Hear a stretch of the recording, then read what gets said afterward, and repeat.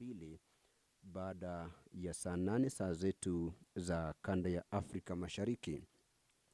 Kiongozi wa wengi katika bunge la taifa Amos Kimunya atawasilisha hoja ya kuahirisha kikao cha asubuhi siku ya Alhamisi tarehe 12 mwezi huu ili kutoa fursa kwa hafla itakayoandaliwa bungeni, ambapo rais anatarajiwa kutoa ile hotuba ya kila mwaka kuhusu hali ya taifa kama ilivyoratibishwa kikatiba na kwenye kanuni za bunge. Vile bunge linatarajiwa kujadili hoja ya kuidhinisha ripoti kuhusu taarifa ya maongozi ya serikali nambari 3 ya mwaka uliopita inayoratibu sera ya kitaifa ya kutokomeza na kuharamisha ile tambiko la ukeketaji wa wasichana. Ripoti hiyo iliwasilishwa na mwenyekiti wa kamati ya leba na maslahi ya kijamii ambaye pia ni mbunge wa Limuru Peter Mwadhi. Aidha, kuna hoja ya kuidhinisha ripoti ya kamati ya uchukuzi, ujenzi na nyumba iliyochunguza matumizi ya reli ya kisasa. Hoja nyingine kwenye ratiba ya leo ni ya kuchunguza rufaa ya umma ambayo iliitaka bunge kuchunguza upya azimio lake kuhusu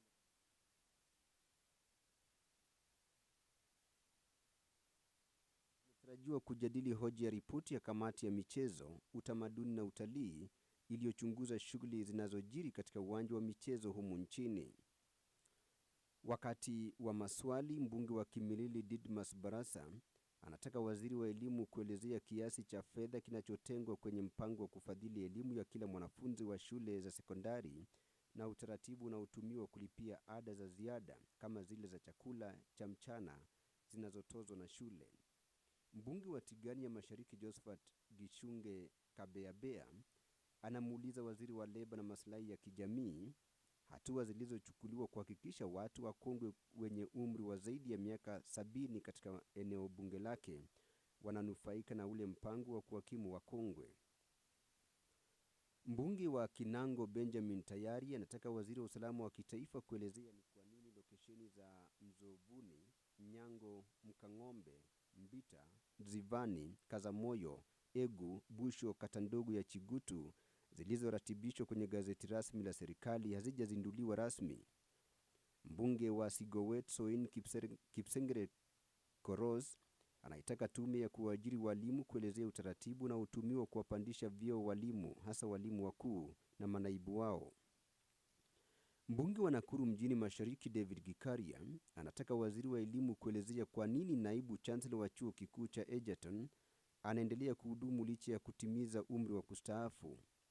Mbunge wa Lamu Mashariki Stanley Muthama anataka waziri wa leba na maslahi ya kijamii kuelezea utaratibu na utumiwa kuwatambua na kuwasajili wale wanaostahili kunufaika na mpango wa kuhakimu wakongwe. Mbunge wa Kitutu Masaba Shadrack Mose anataka waziri wa uchukuzi kuelezea mikakati iliyowekwa kujenga barabara ya kutoka Metamaiwa kupitia Gesima, Mosobeti hadi Kebirigo. Na msikilizaji, ikiwa umefungulia redio yako kwa mara ya kwanza, unasikiliza KBC Radio Taifa na ni kikao cha bunge la taifa cha siku ya Jumanne alasiri. Jina langu ni Tilio Marco.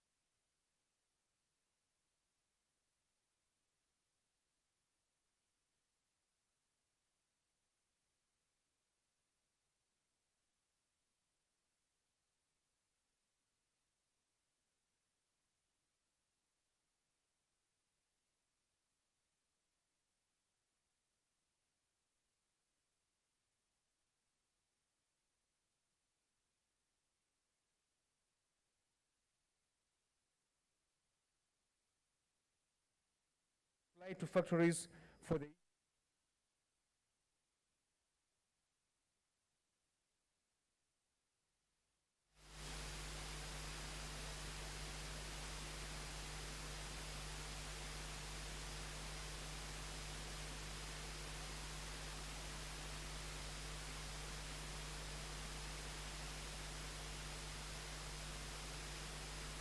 Honorable Charlie Mwendwa, former Member of Parliament for Kitwiga's constituency, who was an MP from 1987 to 1992, who passed on the morning of Tuesday, November 3rd, 2020, following illness at the age of 94 years.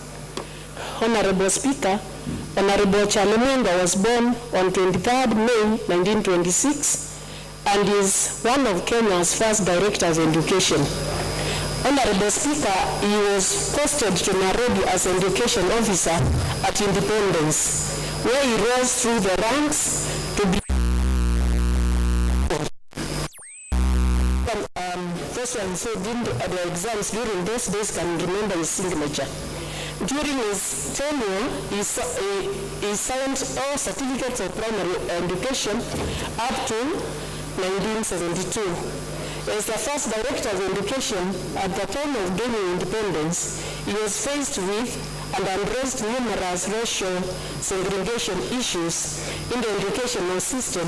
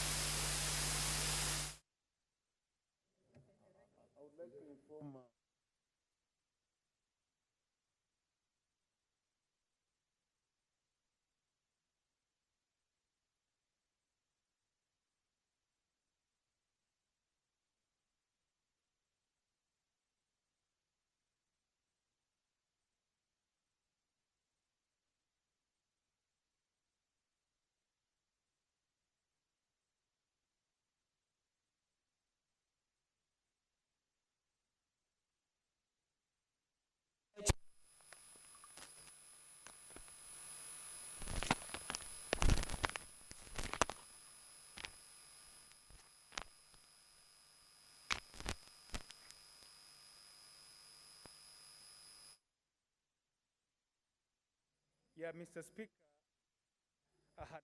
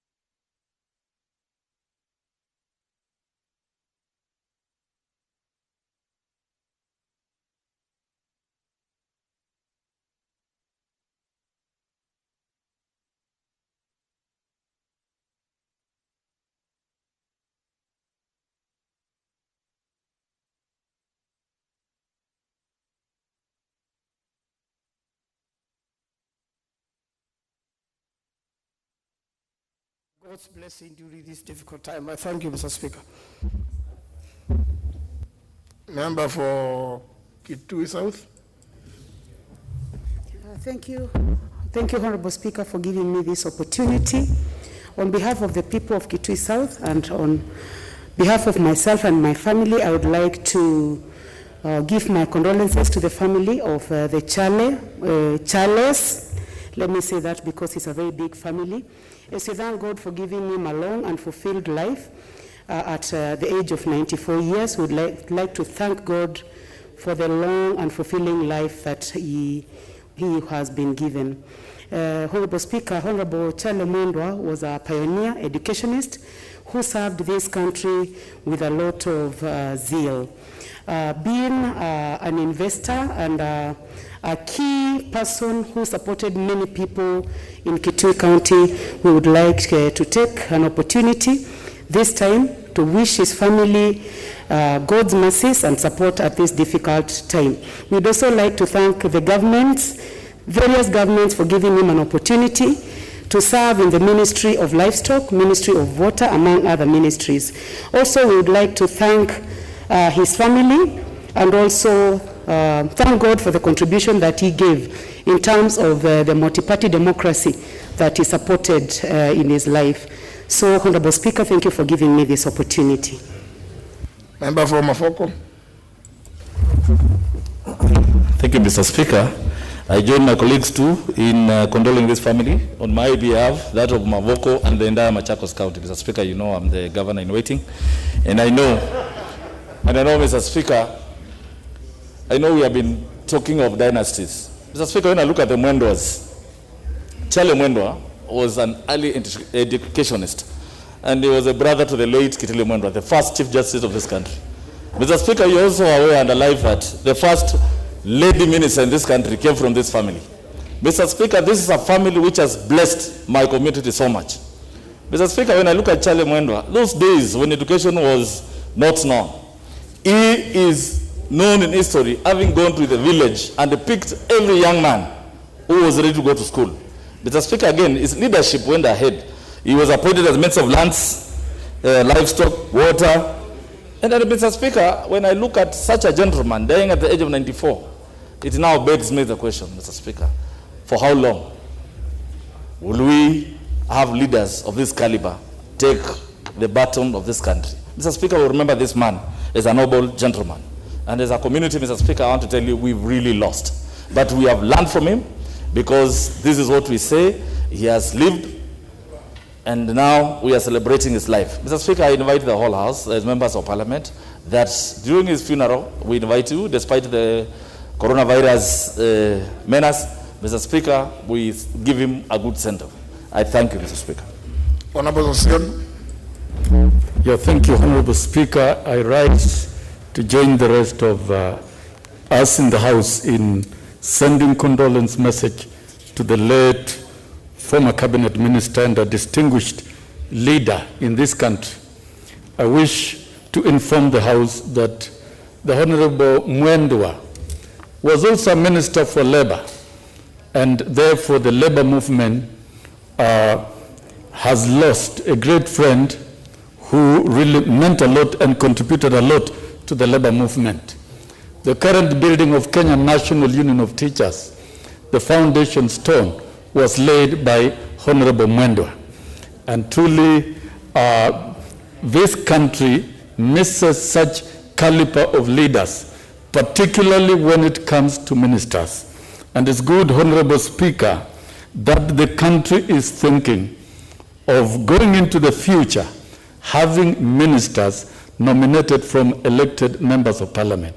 I am sure this country will get back to the old order of having true leaders who have authority derived from the people leading our ministries, and of course ensuring that we have good governance. May the Almighty God rest his soul in eternal peace. Member for Kitui Central. Yeah, thank you, Honorable Speaker. Honorable Speaker, on my own behalf of my family and the good people of Kitui Central, I also want to join my colleagues in conveying my message of condolences to the Chale family and the bigger Mwendo family. Honorable Speaker, the Mwendo family has really made a huge contribution to this country. Mwendo, who was a senior chief, has daughters and sons who have really done a lot for this country. And even as we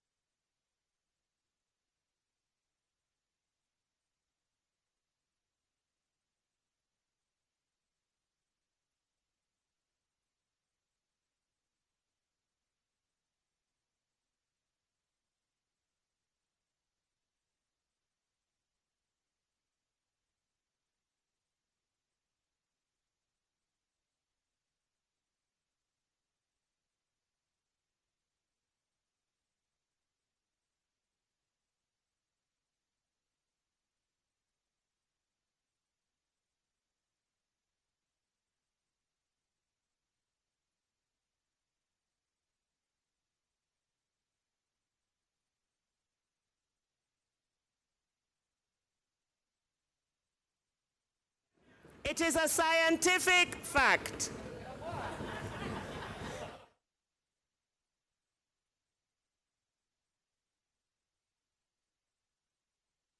Ourselves. Why is it that it must be removed? Is the sensuality, the sexuality of a woman so incredibly overpowering and fearful for men?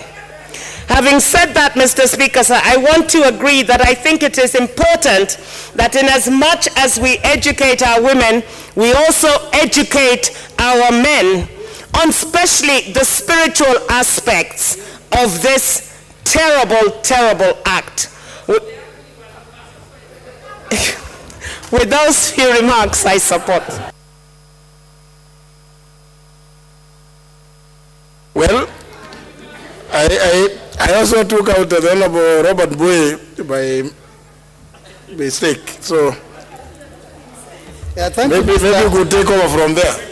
Thank you, Mr. Speaker, for this opportunity to also rise and support the adoption of this report.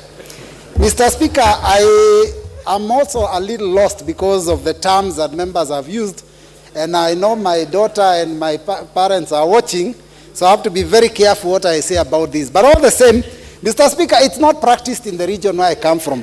Fortunately, the Kamba community has advanced and has moved beyond those very primitive and archaic systems of running their affairs. Mr. Speaker, it is unfortunate that we could be discussing about a way by which women are being oppressed during a time when women are even fighting for more positions in leadership. It is really unfortunate.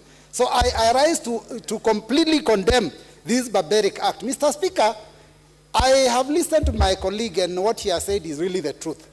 That primitive men, in their ways of attempting to sit on women or control women, they used that as one of the ways. Mr. Speaker, if you go to some of the communities, you also find that even the foods that they eat, if it is a chicken that has been slaughtered, the men will want to eat the easier parts, like the liver and the softer parts.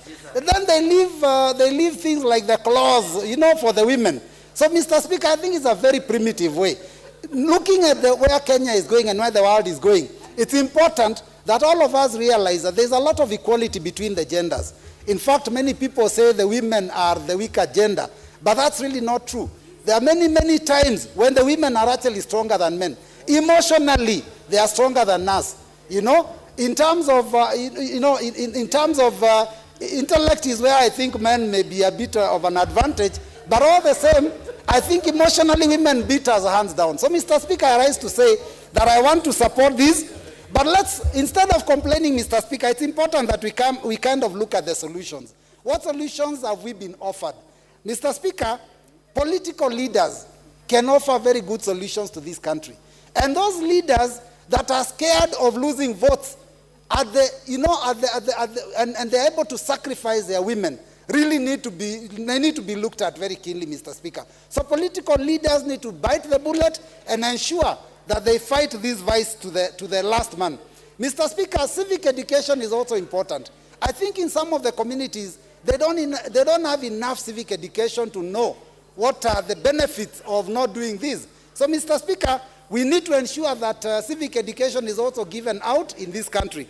And finally, Mr. Speaker, there has to be very, very serious and harsh penalties for offenders. It's important that we ensure that whoever is found culpable of this kind of vice is dealt with properly so that this thing can be finished. Otherwise, Mr. Speaker, I thank you for the opportunity. I support the committee's report. Member for Baringo.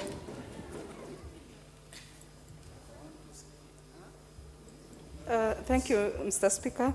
I also rise to support this motion, Mr. Speaker, because kule Baringo, Mr. Speaker, ni sehemu ambayo bado ukeketaji unatekelezwa na wasichana wetu, na hata kwa sehemu zingine akina mama ambao waliolewa bila kufanywa ukeketaji bado wanakeketwa.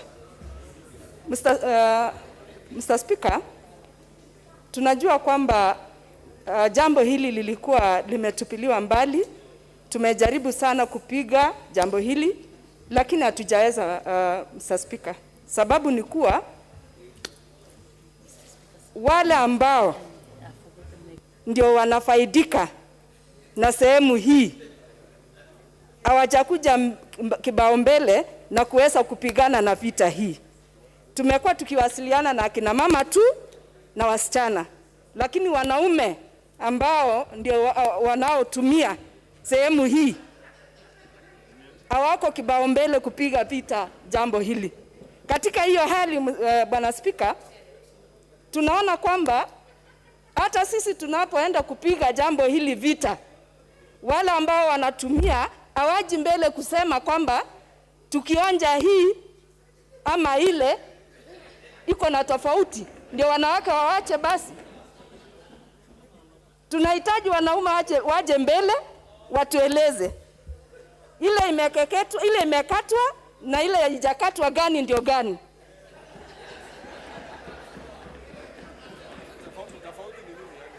Tuelezwe tofauti, manake sisi ndio wale tunabeba hii kitu. Wale ambao wanatumia watuambie, manake hatutajua. Ili tuweze kuhamasisha wasichana wetu, ndio wasichana wajue hii hapo ikikatwa mwanaume hata nitaka.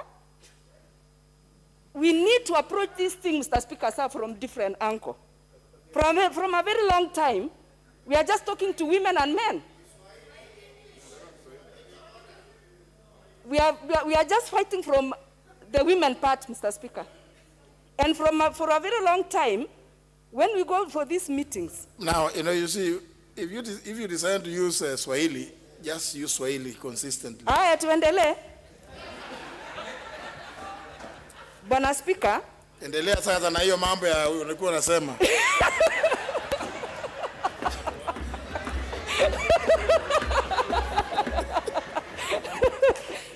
Bwana Speaker, naona kwamba pia wewe umefurahia haya mambo. Na ni shwari kwamba ni mambo ambayo yanatukuza sisi wote. Bwana Speaker, wanatuambia wanawake ambao wamekeketwa, ingawaje sio wote wanaweza sema, ni kwamba hapo ukikatwa, Bwana Speaker, wanasema unakosa network. Na hii network ndio inahitajika. Ikawa sasa wanaume kazi yao ni kutunyanyasa sisi, wao wanapata network, sisi hatupati network. Kwa sababu hiyo tunafananisha kama aerial ya Safaricom. Katika hiyo hali, Mr. Speaker, hata afya ya wanawake inakuwa ni kama kudhulumiwa, kwa sababu katika ile act ni kama kulazimishwa. Wakati wa kuzaa wanatuambia uchungu ni mwingi sana, na ili hali tunaendelea tu kuwalazimisha na kuwaweka katika hali ya kukeketwa kwa lazima. Ni wakati sasa wanaume tunawaomba, kujeni mbele tukapiga hii vita pamoja.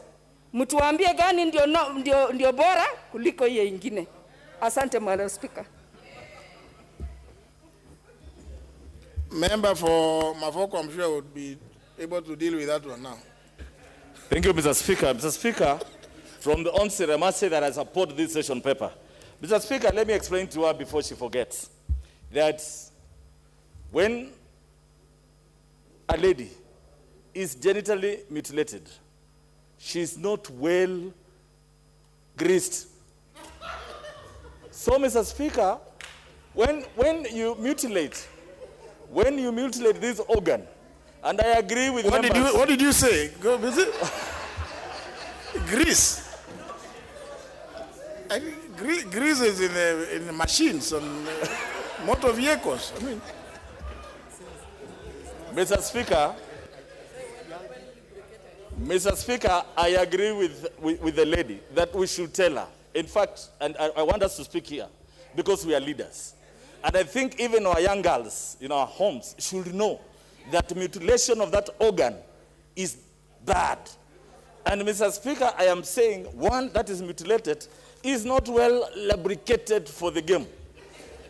Mr. Speaker, I think it is important. In fact, I want to tell this House, in our community we have gone to the next level. that we even move it from its natural condition to even make it longer, Mr. Speaker. Mr. Speaker, this is an attraction. Mr. Speaker, this is a source of pleasure. Mr. Speaker, let me tell the truth. We have seen even from other communities, those men who pretend that they mutilate, they practice FGM, Mr. Speaker. They are the ones who go from pangwa candles for these ones who are not mutilated. So, Mr. Speaker, I want to tell our men and those communities that are practicing this one, you are denying our women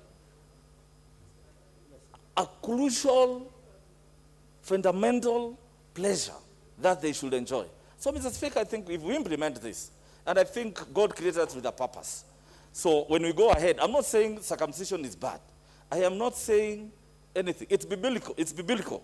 But when it comes to the ladies, for men, but it comes for ladies, Mr. Speaker, we must protect them.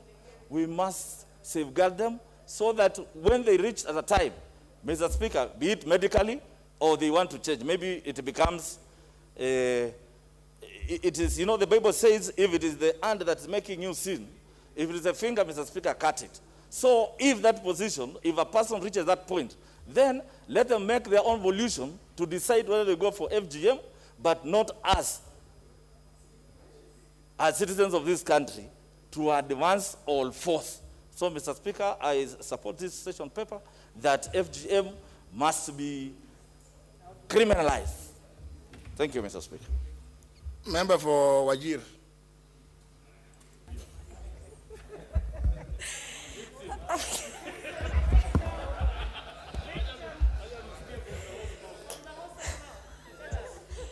Mr. Speaker, I am very emotional. From the onset, Mr. Speaker, I want to thank the chair of this committee. And I know now why the former chair could not bring such a motion. I know now, Mr. Speaker, because the victims are very many in this house, Mr. Speaker. Mr. Speaker, I must say this without fear, because I need to encourage other women and girls. I am a victim, Mr. Speaker. And we must not shy away from this. We must not, Mr. Speaker. It is not a good thing, Mr. Speaker. Millie told us here, there is no religion, Mr. Speaker, which says, you must color gut, Mr. Speaker. There is no religion. We are misusing the cultures. And it is a high time, Mr. Speaker, we join hands and fight this. And from my side, Mr. Speaker, we must call FGM a national disaster, so that it is everybody, leaders, civil societies, religion leaders, we must fight this. In the motion, Mr. Speaker, I do not agree as using these target groups that we want to use them for sensitization. Like the chiefs, they are the ones who conceal and even encourage these acts in our villages, Mr. Speaker. So I think as a house, we must come with a serious, tight policy, Mr. Speaker, because it doesn't end there. Coming to the effect, Mr. Speaker, we were told 97.5 of these FGM research are Somalis. I agree, Mr. Speaker, with that research. But it also, as a leader, affects me badly. You can imagine 97.5% of Somali women undergo FGM. It is shame, Mr. Speaker, in 21st century. Again, I will really want to hear from the chair. I don't know whether he captured. Have they done the research? Out of the 97.5, how many women have undergone cesarean section? Because the both, Mr. Speaker, and I know from, I said a victim, you go, if you undergo FGM, there is no way, Mr. Speaker, you can, the percentage of the women who do normal deliveries, I think are 20%. I've also gone under SCS, C-section, Mr. Speaker. with my 3 children. You can imagine that pain. So it's good we also encourage others. It's really difficult. Bleeding, Mr. Speaker, you see, for girls, complications. Mr. Speaker, FGM has also destroyed families. The divorce case from areas that FGM is high, Mr. Speaker, I think it's also 60-70%. Mheshimiwa from Mavoko told us something. I don't want to repeat, and I know we are live. Honorable Gladwell said, what is the difference? I want to tell her, and Mr. Speaker, I'll ask for 1 more minute. If I want to tell her something. Right now, the leaders from the areas that FGM is high, some of them go marry women who are not cut, circumcised. Yes. Because of the pleasure, Mr. Speaker. And when you ask them, why are you marrying? They say, we have to go to Coast. The women from Coast, yeah. Maneno ni mzuri. So, Mr. Speaker,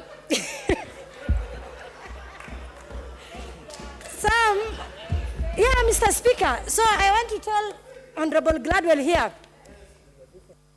No, I'll give you an extra 2 minutes.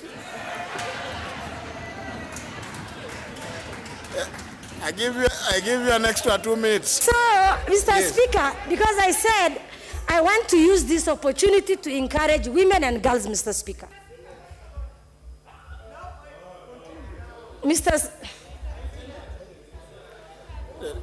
Rosa Boy, you just want to argue. Okay. But thank you, Mr. Speaker. Mr. Speaker, the honorable members confused me because she was speaking in English and she suddenly turned into Kiswahili and she said, maneno ni mzuri. It was Mr. just Speaker, one word. It was just Mr. one Speaker, I'd kindly request the honorable member to explain what maneno ni mzuri is. Thank you, Mr. Speaker.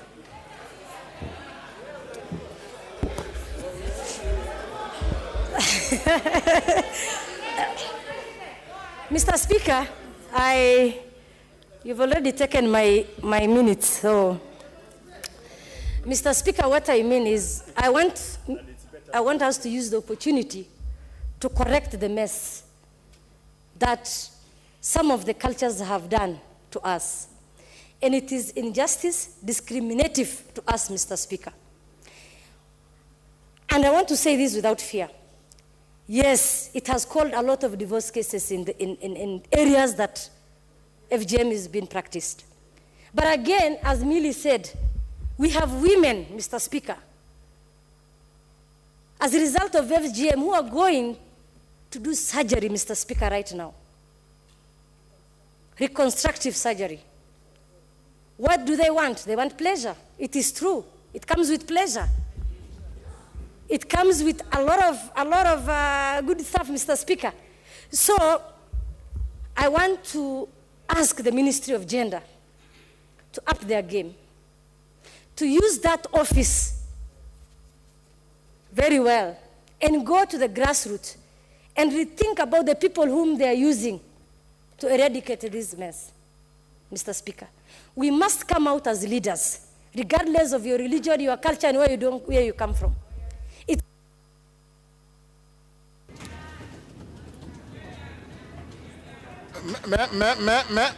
Now, order. Member for Seme.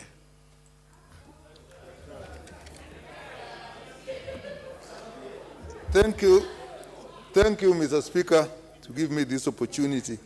Mr. Speaker, I arise to support this policy of eradication of female genital mutilation, which is also known as female genital cutting, and the difference being mutilation describes what really happens.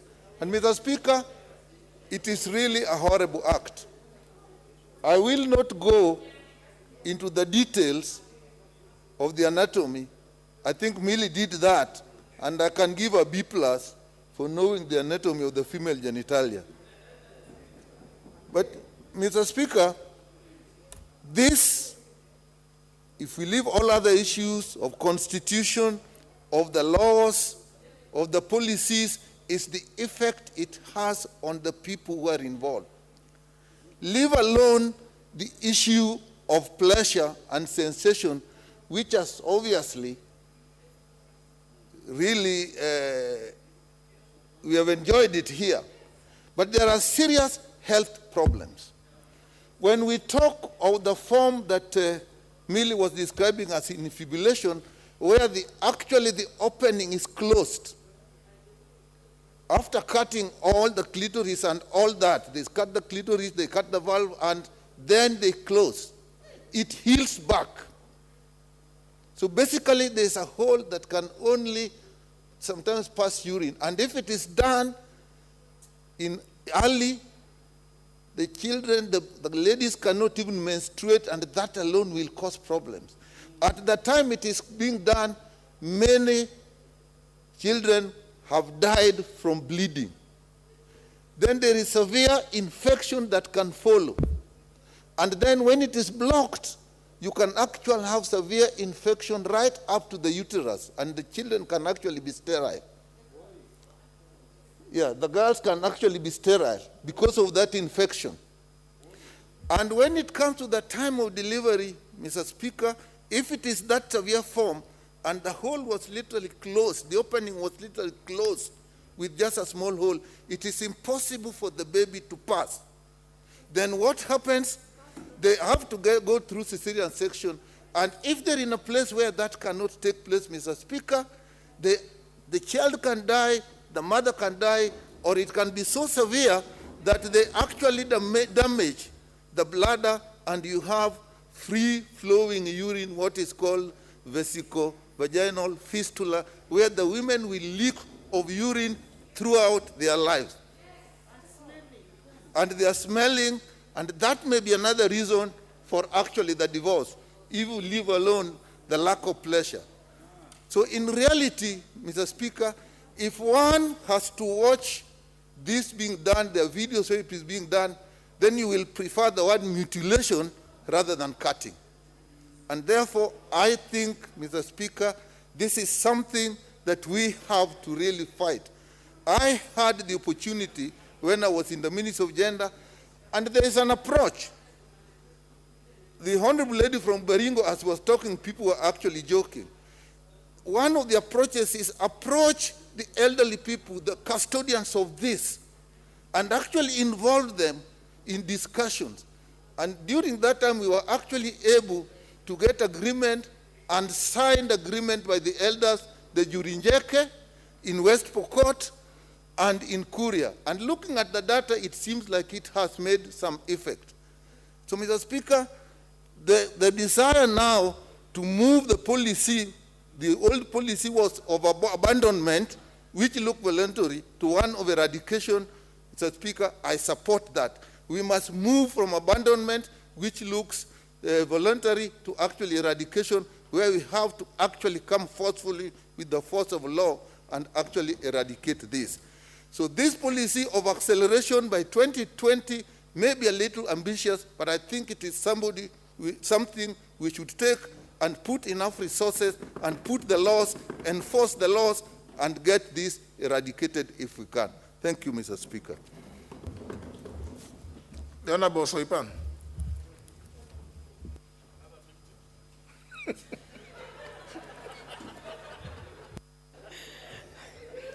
Thank you, Mr. Speaker. Mr. Speaker, anyone who declares me a victim does it at the risk of, being asked to substantiate. And Honorable Ngeno, I'm sure you cannot substantiate that allegation. Mr. Speaker, thank you for giving me a chance to speak in support of this committee's report on the sessional paper number 3 of 2019. And Mr. Speaker, I may not be gifted in graphics like my sister Millie, so I'll not attempt to do that. But Honorable Speaker, as we speak with the kind of animation we are subjecting this report to, I wish that we do not lose the seriousness of the problems that our girls and women are facing as a result of the practice of FGM. Mr. Speaker, if I was to be asked on the level of criminalization or stating and giving FGM the weight it deserves in terms of fighting it, Mr. Speaker, I would say it would stand on the same pedestal as what we have on the Convention Against Torture, the International Convention Against Torture, because that's where we start from, Mr. Speaker. Mr. Speaker, our girls are suffering, and Honorable Nyikal has clearly spelled out the medical effects, negative effects, that FGM subjects our girls and women to. Talk about the issues of fistula. Talk about the birth complications that our girls go through. Mr. Speaker, I support the report of the committee, and I think we need to walk the talk. Because with the passage of the Children's Act, which I think is one of the first domestic laws that spoke against FGM, or protection of our children. Mr. Speaker, 20-something years down the line, I don't think the laws have done what they ought to have done. I think we passed the laws and relaxed that the law was going to do the work. Mr. Speaker, the work lies elsewhere. We have the laws, we know the negative effects of FGM.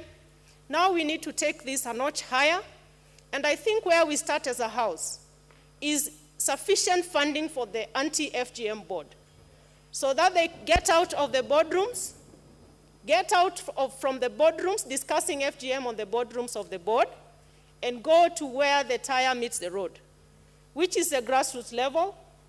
Engage our men.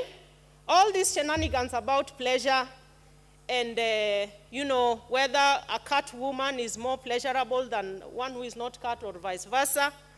Mr. Speaker, that one is neither here nor there. In Narok County, the menace we are fighting against right now, because when we talk about the fact that when a woman is cut, then they become less sexually active, that is a fallacy, Mr. Speaker. And we must call it out for what it is. Because our girls who are subjected to FGM are the ones, I don't know how many girls we are going to take back to school come January in Narok County. All our girls are pregnant, Mr. Speaker. And all of them, most of them, a great percentage, have been subjected to FGM. So what is this talk about that when you circumcise a woman, then she will not be sexually active? That is not honorable, Mr. Speaker, please give me a minute to wrap up. In saying this, Honorable Speaker, I want to urge members of this House, let us take the issue seriously. Please let us support the anti-FGM board with sufficient resources so that we can go to the ground, talk to our men, talk to our administrators on the ground, and take this conversation to the grassroots so that we have community conversations. Because our women are the biggest perpetrators. And it is because of the socialization, Mr. Speaker, if a woman doesn't get cut, she will not find a husband. And that already is like being ostracized from society, Mr. Speaker. Those are the conversations we need to take down, and I think where we need to start from. Did you say 1 more minute? 1 more minute, please, Mr. Speaker. But there's FGM, and then they're also mixing with something cat, I don't know, cat, I don't know now. Mr. Speaker, whether we sugar, no amount of sugarcoating FGM will make it, better than the worst thing that it is, Mr. Speaker. When I talk about cutting, it's cutting, Mr. Speaker. It's mutilation. It's an ugly thing, Mr. Speaker. And so I just want to urge the House, please, the only genuine way that we are going to support this committee is when we go back to the budget, please let us support the anti-FGM board so that we can change the tide for our girls and women on the ground. Mr. Speaker, and a colleague was saying that, we should not be talking about FGM. Let's talk about early marriages and early pregnancy.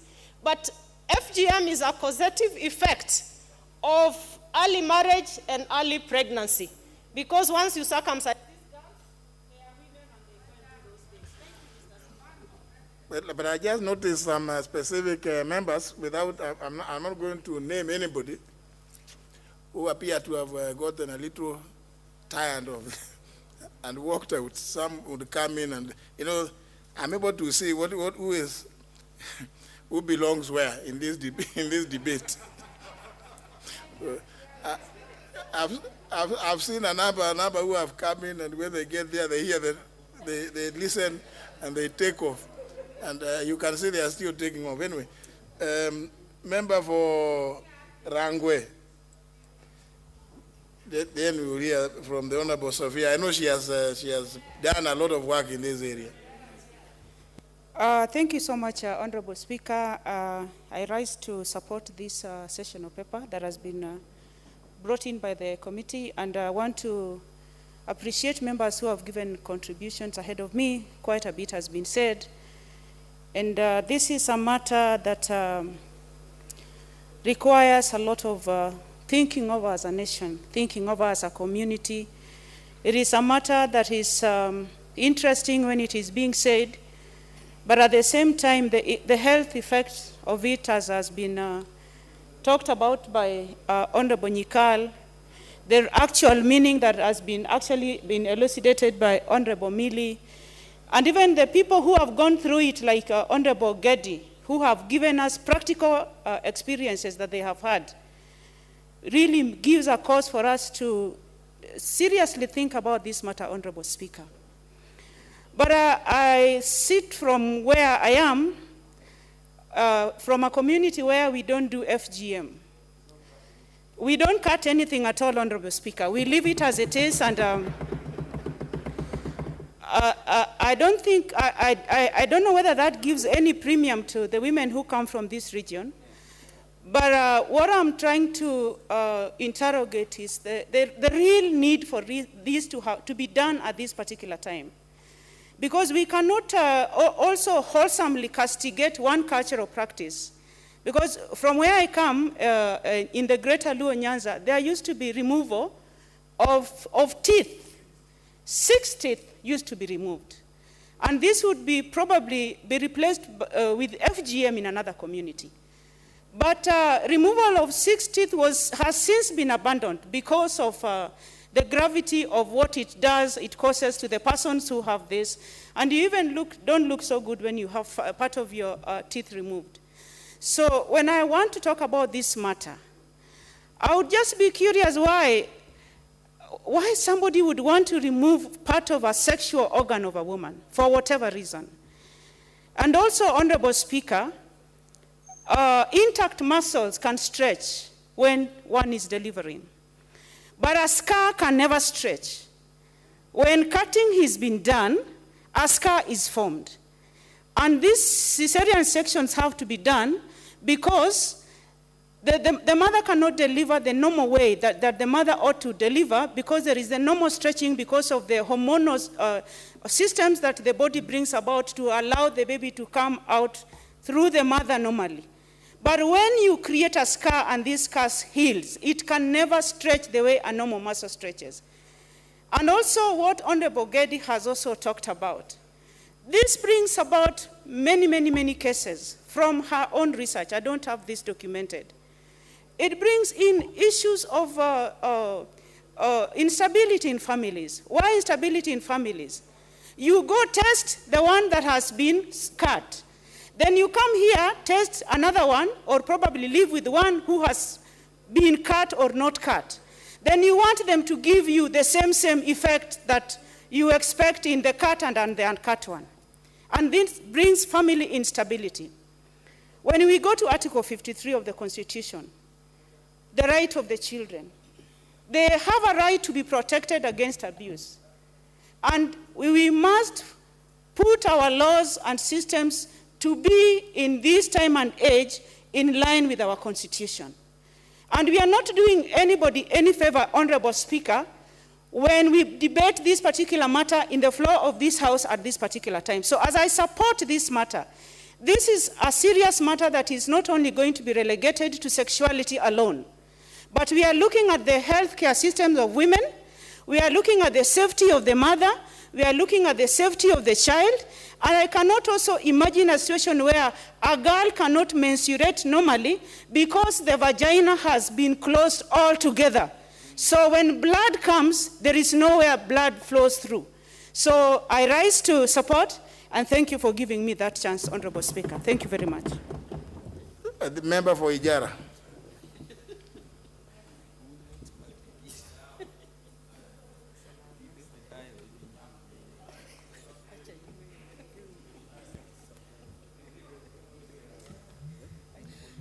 Thank you, Mr. Speaker, for giving me this chance. And I want first to thank the committee for bringing this policy paper, sessional paper 3 of 2019. Mr. Speaker, and in the 10th Parliament, and Honorable Millie Odhiambo is my witness, and when we were debating on the act, the Female Genital Mutilation Act, and Waziri, the majority leader was Waziri then, I stood up and gave my personal experience when all the men walked out of this house and said that they will not legislate culture. When I gave my own personal experience and I shed tears, Millie came to where I was standing and she started crying with me on the floor of the house. And from that time, all the men who are watching us through the media in the tea place and what have you, they came back and voted for the bill. So I want to thank all those people who were there. My brother Bifoli told us that it is not right for us to legislate culture. But in the end, he came and voted for us. Having said that, Mr. Speaker, we know with that law in place, still female genital mutilation is conducted within our villages, Mr. Speaker. Mr. Speaker, female genital mutilation needs multi-sectoral approach, Mr. Speaker. An approach where every sector, be it state and non-state actors, all of them coming and joining hands together to conduct serious sensitization and awareness creation, Mr. Speaker. Mr. Speaker, Dr. Nikal has said it all. I don't want to repeat health complications because I know I've gone through all those health complications that Nikal has explained personally. And I want to say, Mr. Speaker, and I want to give one example. I started talking about female genital mutilation over 30 years ago. And in the villages, when I went around talking about female genital mutilation, they were calling me the mad woman.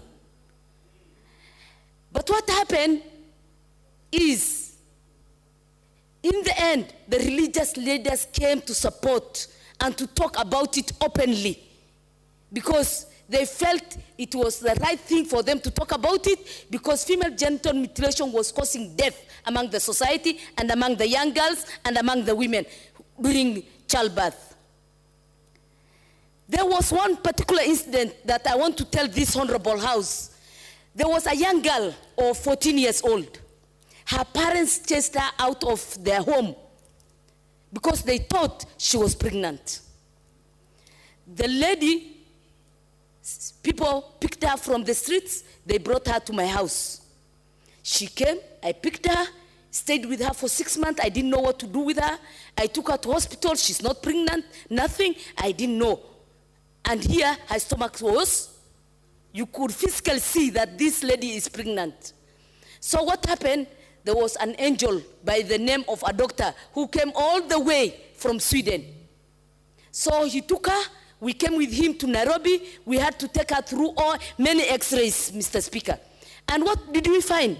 That the the blood that was supposed to come out went back to the uterus. And when they removed, the whole uterus was already black, sick, and they had to remove everything at a tender age like that, Mr. Speaker. That is the kind of health complication that female genital mutilation has, Mr. Speaker. So what happened? We had to go back with the girl. Her parents came crying to me. She refused to go to them. The girl stayed with me. She's graduate today. She has a very good position in the government, but she cannot give birth to any child, Mr. Speaker. The unfortunate part of it is, today, because of female genital mutilation, the girl cannot bear a child, Mr. Speaker. Mr. Speaker, it is the right time for us to talk and engage and to say the truth on the floor of the House. It is at the high time for us, because there are a lot of complications. Let's leave other things. This is a very heavy and serious matter when we want to discuss. It is not about what you like or what you don't like. It is about the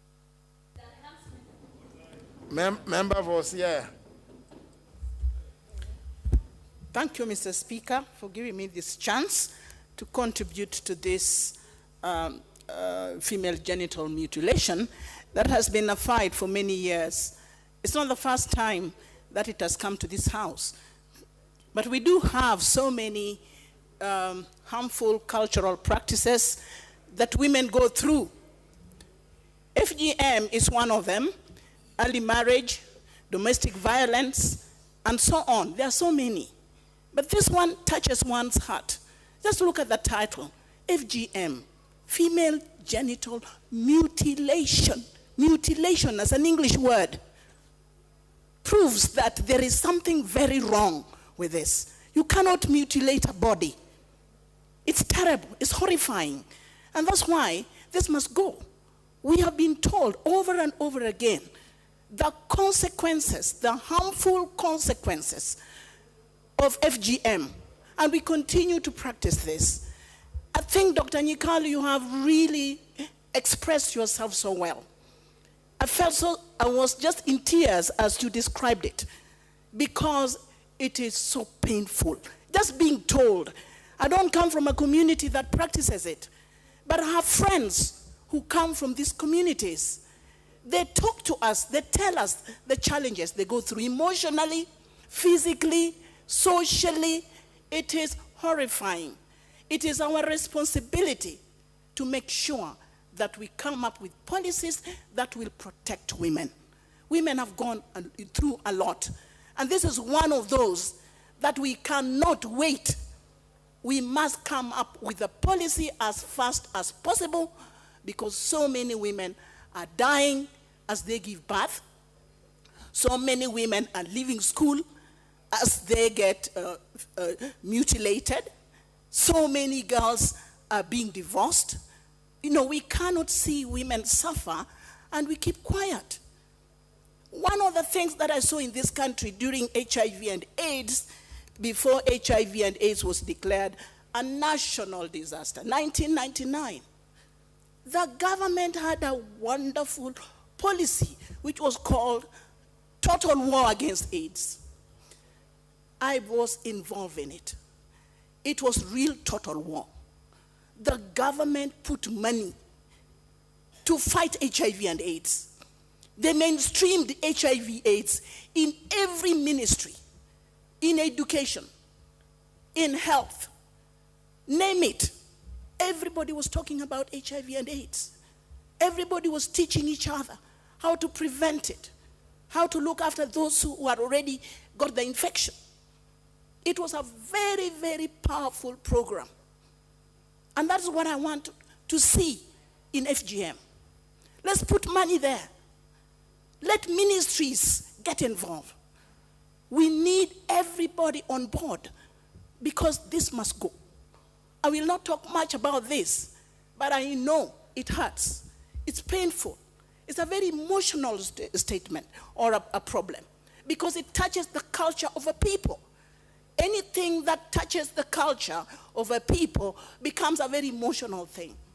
But I must say that the whole world is fighting it. There was a story of a girl from Southern Sudan. She was escaping from FGM. And the American government gave her a visa instantly because she wanted to escape from her country. Look at the way other countries respond. And that's why I want to say that if we put more money, like we did with Total War Against AIDS, then we will be able to get somewhere. So I support. Thank you. Member for Dagoretti South.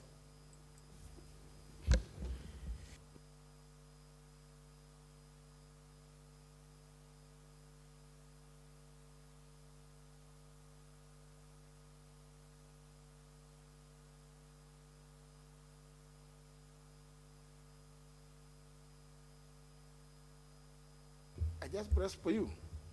You then press again. Don't press now. Thank you very much, Mr. Speaker, and I hope my minutes will count, even if they are a few seconds. Mr. Speaker, I'm standing to support this report by the committee, and also urge my fellow members to also further approve this sessional paper number 3 of 2019. Mr. Speaker, this has been an eventful afternoon. It's been an afternoon where we have gotten all manner of accounts on this very issue. Mr. Speaker, we have gotten some medical accounts from some very able members of parliament, some of who are medical doctors, others who have a background in activism on issues to do with the women and girls of this country.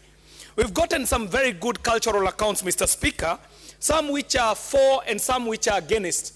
And interesting of them most is a cultural account that we are getting from the Kamba people, who are telling us instead of cutting, they have decided to actually enhance for the pleasure of the female gender, because if the men are enjoying this act, even the female ought to be enjoying. Mr. Speaker, we have also gotten some very historical accounts. Historical accounts of a patriarchal community. Patriarchal communities that want to lord over their women, and unjustly so, Mr. Speaker. We have also gotten some spiritual accounts, and most importantly, we have had some very moving personal accounts this afternoon.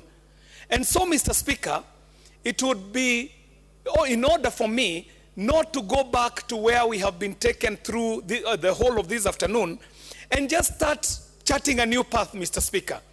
And the new path that we should be looking at, Mr. Speaker, is the path to 0 cases of female genital mutilation in this country. And the path to 0, Mr. Speaker, can be informed by models that exist. The models that I'm talking about are models that have been tried and tested, and they are models of behavior change, Mr. Speaker.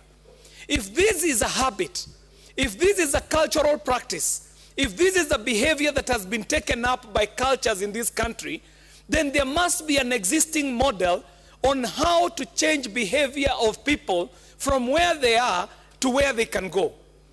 Mr. Speaker, I want to offer one model as a model that we can borrow from. When the colonialists came to this country, they had religion that they wanted to impart upon our people. Most of them were Christians, Mr. Speaker. And for them to make this country a Christian nation, they adopted a model that was very effective. What they did is that they decided that the older people of the society will die through natural attrition, Mr. Speaker. So they did not even seek to teach the older people about the new religion that they were offering the African. What they did is that they opened Sunday schools. And it is in this Sunday school that indoctrination used to happen. And in a very short time, in fact, less than a generation, a whole continent had been converted into Christianity. Mr. Speaker, if we are taking a path towards 0 cases of genital female mutilation, I believe that we can draw a line and say that after drawing this line, we shall have a story told of a time when we were talking of female genital mutilation, and a time after this line was drawn, Mr. Speaker. And behavior change communication and behavior change imparting, Mr. Speaker, can be effectively done for our people.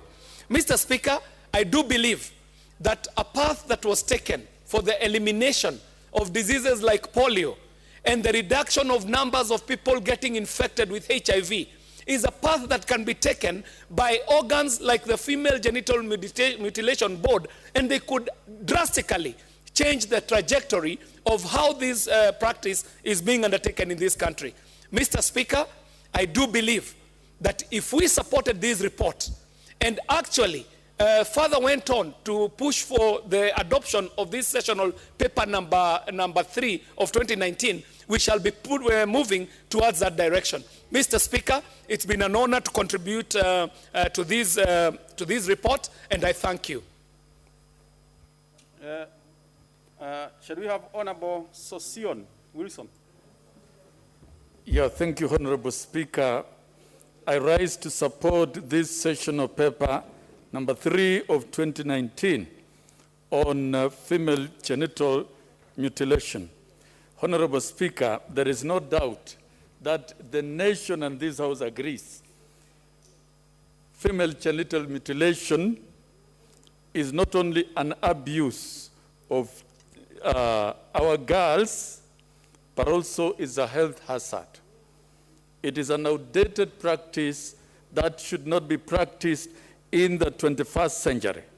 Honorable Speaker, looking at statistics, and I think we should be more focused. Yes, we have an anti-FGM act, but how far and how much has it served this country? So that we don't keep debating the same matter every now and again. The sessional paper seeks to focus more in targeting areas of activities of the FGM. And Honorable Speaker, looking at the statistics in this country vis-a-vis the existence of the law, the Somali community, the 94% of their girls are subjected to FGM. And these are UN data. And some Somali community is part of the Kenyan community. And these vices go on against the background of the existence of a law. Samburu community, 86%. Kisii community, 84%. Maasai community, 78% of the girls.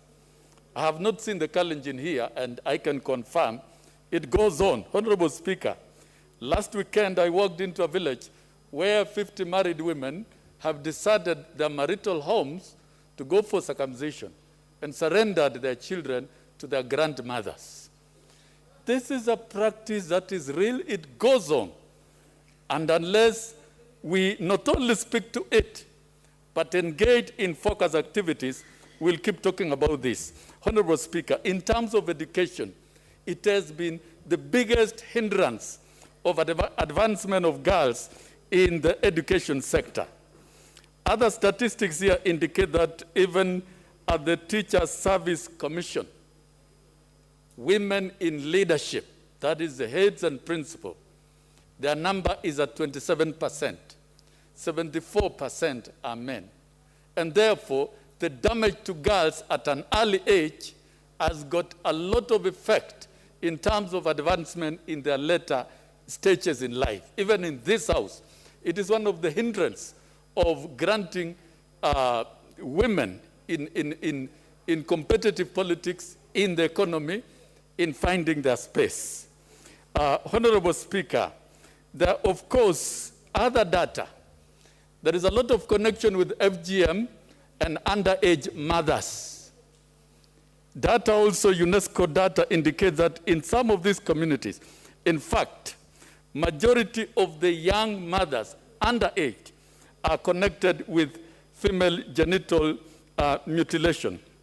Honorable Speaker, it is now time we move from words to action. We've listened to testimonies. We cannot allow our girls anymore to be victims of archaic cultural practices that have been rendered irrelevant and illegal by our legal systems. Honorable Speaker, this sessional paper focus as one item of resolving this cultural practice, because dealing with a cultural complex is not easy, and that one of education. I would like to propose that in these targeted regions that have been mapped, where data is very clear, education against FGM should be strengthened. There is nothing wrong with focusing on the chiefs. There is nothing wrong with focusing on the political leadership. There is nothing wrong with focusing on everyone, because education is the biggest tool of causing change and curing social vices in the society. We did it with HIV/AIDS. HIV/AIDS globally has been reversed because of education. And believe me, COVID, it will be education that will change it. The same with FGM. This session of paper is timely, and it will not make sense to pass it in this very house and it is not implemented. Before I give to member for Marsabit, Majority Leader takes priority for that. I'll take better. Yeah, thank you, Honorable Speaker. I rise to support the session of paper number 3 of 2019 on national policy for the eradication of FGM, and really commend the Committee of Labor and Social Welfare for this good report. And most importantly, as you see, this policy paper was brought in this House in 2019, but it has taken the courage of the change of leadership in our committee to actually be brave enough to bring it here, because we know there are situations, there are some people who don't want to talk about some of these issues. And that is where the problem in this country lies. We have a beautiful paper, we have laws, we know what's supposed to be done, but because leaders are shy to actually talk about it, by not talking about it, they give the impression to the public that perhaps it's okay. And you will see that when you look at the areas where there's a higher prevalence of this FGM and other undesirable practices, it's a silence of the leadership in those areas that seems to encourage indirectly the prevalence. I'm also very happy that members have talked openly, which is very different from when we had a similar situation in 2011, when we were working on the Prohibition of Female Genital Mutilation Act of 2011. And I know I was in this house. And as members, when we say we're introducing that act, you could see members going out almost calling for lack of quorum to defeat the act, and people were saying, now you people are bringing something like this, and we are just about to get to an election, we are going to lose in our areas, and it actually took the men folk in the house, and Honorable Sophia Abdi being so emotional, Honorable Milio Diambo supporting, for men to see that we needed to pass this act, because it was required by the new constitution. But people still did not want to take it. Yet, within the constitution, we had said we are going to eradicate all these issues. Now, ordinarily, a session of paper should come before the act. But we had the act that came in. It was followed by the Protection Against Domestic Violence Act in 2015. But we know for sure that despite the 2011 Act and the 2015 Domestic Violence Act, the practice has been prevalent, because there are some of these things that require more than just a law. And that's why when people believe you cannot criminalize culture, but you can eliminate it through education, through getting as many stakeholders, a critical mass of stakeholders, to talk about it. Because, yes, we have a law, but if you're not going to get witnesses to come and appear and give evidence in court in terms of who did it, then you have a law, but it becomes very difficult to implement. So part of the rationale for then having this policy is to help, to play catch up with the law and help at least in sensitizing the people on the evils associated with this practice, so that even when measures are being taken, administrative measures, even when you're now trying to look for who will come and give evidence that in fact FGM has taken place in a certain area, because we see all those arrests. But I think the frustration that has been within the legal enforcement has been the grandmothers who have encouraged are unlikely to appear to give evidence to say they are the ones who actually took the kids. The so-called surgeons, the traditional surgeons who cause all these issues are unlikely to come up and give evidence that they actually did it or who actually forced them to do it. So the policy then seeks to change direction and a paradigm shift. Let's not just focus on the law, but also let's focus on getting the people to understand, because certainly it can't be that in this day and age that 94% of Somali girls are being subjected to these uncouth situations. And it's not exactly to do with education levels. If you go to Kisii, Kisii is not an illiterate community.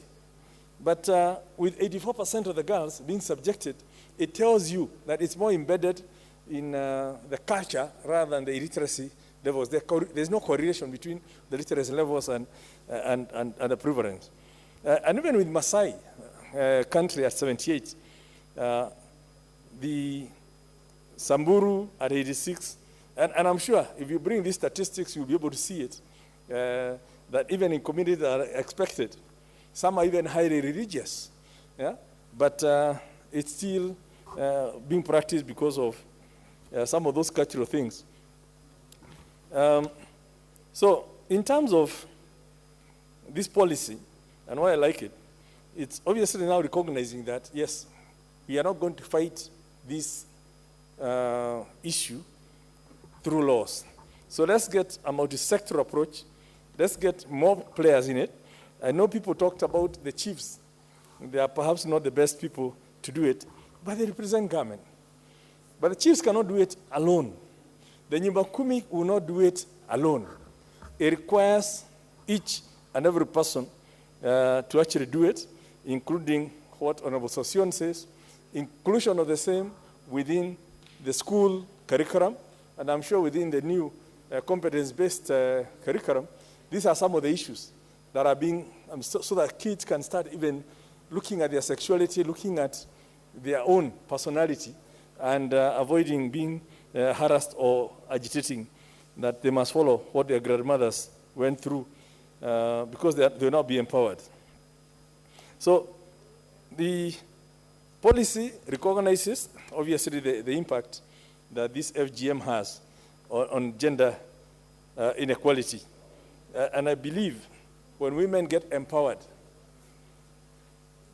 even these issues we've been talking about gender top-up, because you also see in the communities where it's so prevalent, even getting women leaders, even at all levels, is a problem. It's a tool to suppress them, so they never get to aspire to be at par with the men, and they will always be taken to play second fiddle.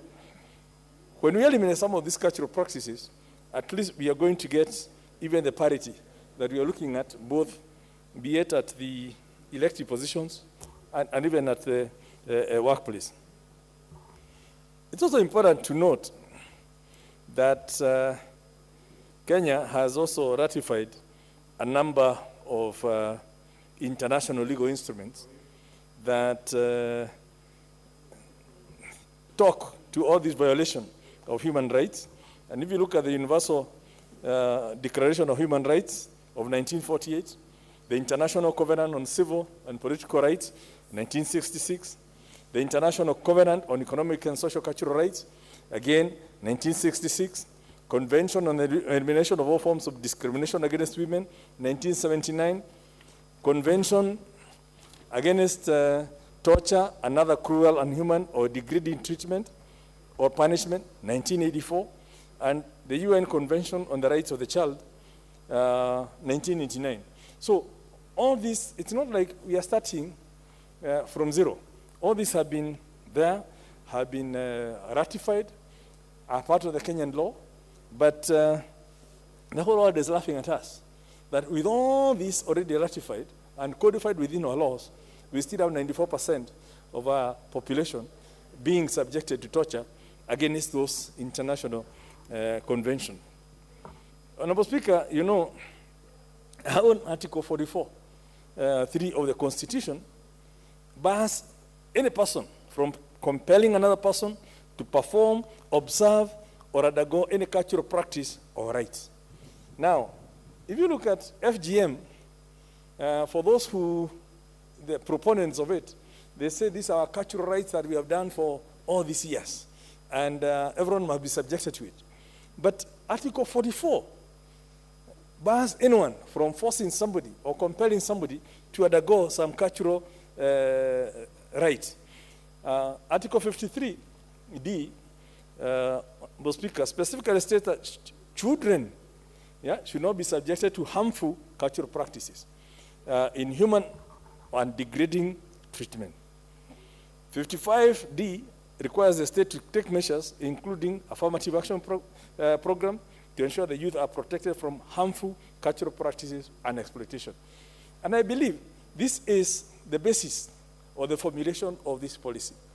So that in addition to the laws that were anchored to give effect to Article 44, Article 53, Article 55 of the Constitution, and to revise what was already there, is now let's get the policy that now brings in other stakeholders beyond the legal framework, which is now the other program. So we believe, Honorable Speaker, that the implementation of this policy will obviously bring this multi-sectoral approach. Will bring both state, non-state actors, and that the ministry that is responsible for gender affairs, and indeed the Gender Commission, working together with the FGM board, plus the county governments, the county assemblies, the Maendeleo Wanawake organization, Maendeleo Wanaume organization, and all these people who have something to do and say about protection of the girl child, will be working together to implement this policy and help in its revision and any revision that we require within our laws to at least ensure that we can eliminate this in line with our sustainable development goals, where we are basically saying nobody should be left behind. And there's no way we can say we are looking for development and living 94% of the Somali girls, 86% of the Saburu girls, 78% of the Maasai girls, 84% of the Kisii girls being left behind, subjected to inhuman, cruel treatment, while the rest of the world moves on. With those words, Honorable Speaker, I support. I'd mentioned the member for Marsabit.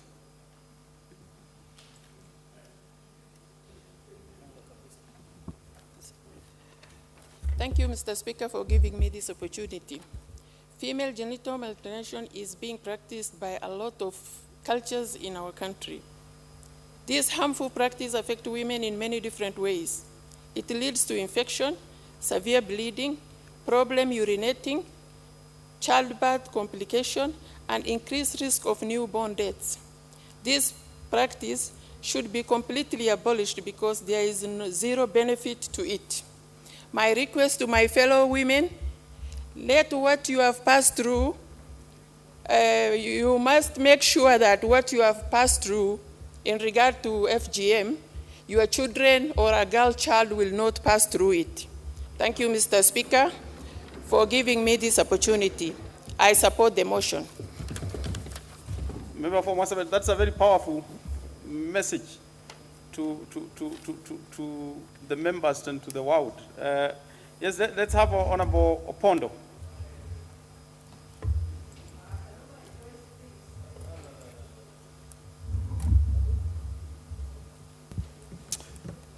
Speaker, I'm a Christian, and the Bible tells me that when God created man, he never declared Sabbath.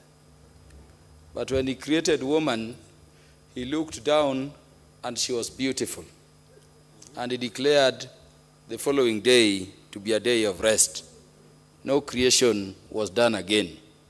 So, Mr. Speaker, it is very strange that being predominantly Christians, I know also we have our Muslim brothers, we are this late in the day still talking about female genital mutilation.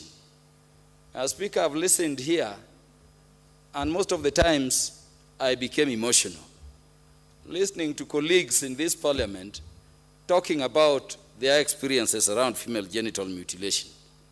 As Speaker, I've listened to medical practitioners, and the medical ill effects of female genital mutilation have been so explicitly put. As Speaker, what I hear from all members saying is that there is no benefit at all to be derived from female genital mutilation. It is something that, Mr. Speaker, is outrightly repugnant. And Mr. Speaker, while seated here, I was looking at the Constitution, and I'm reminded of Article 2 of the Constitution, which declares any culture which is repugnant or inconsistent with the Constitution to be void and invalid. We have that law, but we still engage in female genital mutilation. Now, Speaker, I've looked at Article 53 of the Constitution. And in sub-Article 1D, it says that every child has the right to protection from harmful cultural practices or any inhuman or violent, treatment. Mr. Speaker, we have laws on robbery with violence. And Mr. Speaker, you are a lawyer of good standing. You know how simple we define a law on robbery with violence or attempted robbery with violence. Just approach me with a knife. If I have any coin, you will be convicted of robbery with violence. How can it be that you approach a girl with a knife to take a part of her body, and the deterrence measures we have in the law, the criminal law we have created around FGM, cannot deter anybody? Mr. Speaker, I'm requesting that now that we are approving the session of paper, and let me say that this we are approving will not be ashamed like the previous parliaments, because we now know the dangers of it. Now that we are approving it, Mr. Speaker, I'm requesting the committee to sit together with lawyers and other human rights people in children matters like Honorable Millie Odhiambo, that we can review this law in terms of having a punishment regime that can deter people. Mr. Speaker, we need to firm up enforcement. And Mr. Speaker, time has come for us to look at the girls and how they are assisting. In the Departmental Committee on Administration and National Security, we are thinking of how we can institutionalize the Nyumba Kumi, the village elders down there, so that we have a punishment regime and we can have a law making it criminal by act of omission to permit such things to be happening in the area of your jurisdiction. Mr. Speaker, we need to review the law and we go that direction. Mr. Speaker, we may talk, but something worries me. If you go to Kisii, I can tell you the most beautiful ladies are found in Kisii. But Mr. Speaker, still, I was a classmate to a Kisii lady. He was telling me that despite the law, despite her age, she has to steal away to get mutilated. Mr. Speaker, there is no benefit in this thing. I'm from a community, Mr. Speaker, which no longer cuts any part of the body. I think simply because, Mr. Speaker, maybe the Bible was set in a desert. Jesus was essentially from those Arabian countries. As an Nilot, I was living by the river, so I'm always clean. I don't need even to circumcise. But, Mr. Speaker, let us stop anything that hurts the human body, because God did it, and it was complete. What I'm thinking about, Mr. Speaker, is that we must up political goodwill around this matter. And I've listened to the members saying that in the previous parliament, most of the 10th parliament, they were saying, if I move this thing, I will lose votes. Mr. Speaker, we sat this house in the last parliament when we were passing the new Marriage Act. And I remember sitting next to a colleague who was from the Muslim community, who went crying literally, saying that you people are saying we cannot marry a girl who is below 18 years and have a scheduled marriage in Christmas this December. I'm taking dowry. I mean, how silly can you be as a leader? Who are you leading? We are at a time, may I speak, among the things the nation is mulling about is how we can review our constitution to achieve gender parity. How are you achieving gender parity when you are hurting the girl child? When we have these retrogressive cultures which are hindering the normal growth and development of a girl somewhere outside there. Mr. Speaker, what we have listened here today is that we cannot sit back again. Let this not be a discussion which is just entertaining the nation somewhere there. As I've requested, Mr. Speaker, let us put our foot forward. Let us encourage the ladies out there. Honorable Peris Tobiko, the ladies being told you will not be married if you don't undergo this mutilation in Maasai land.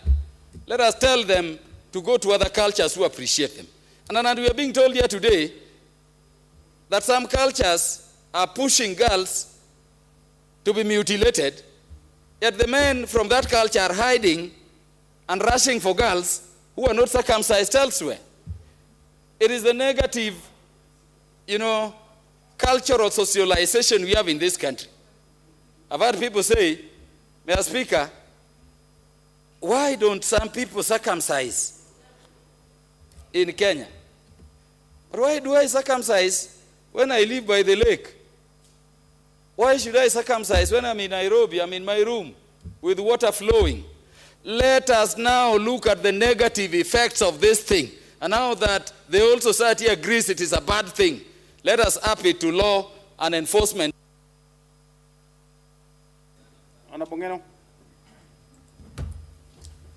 Thank you, Mr. Speaker. And from the onset, Mr. Speaker, I wish to support. Mr. Speaker, I come from Narok County, an area where it's considered to be very notorious with FGM. Mr. Speaker, I also come from a constituency which is a little bit educated on matters of anti-FGM to the extent that we have scaled down the percentage of girls who are still undergoing the FGM to almost 2%. Mr. Speaker, most of the people who practice this particular act, they tell you there are good things and there are bad things. But in whole, Mr. Speaker, I believe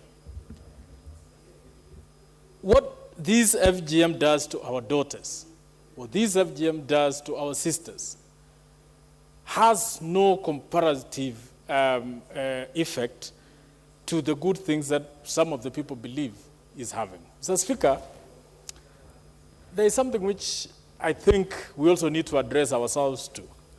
Mr. Speaker, we may have law that prevent women or young girls from being cut.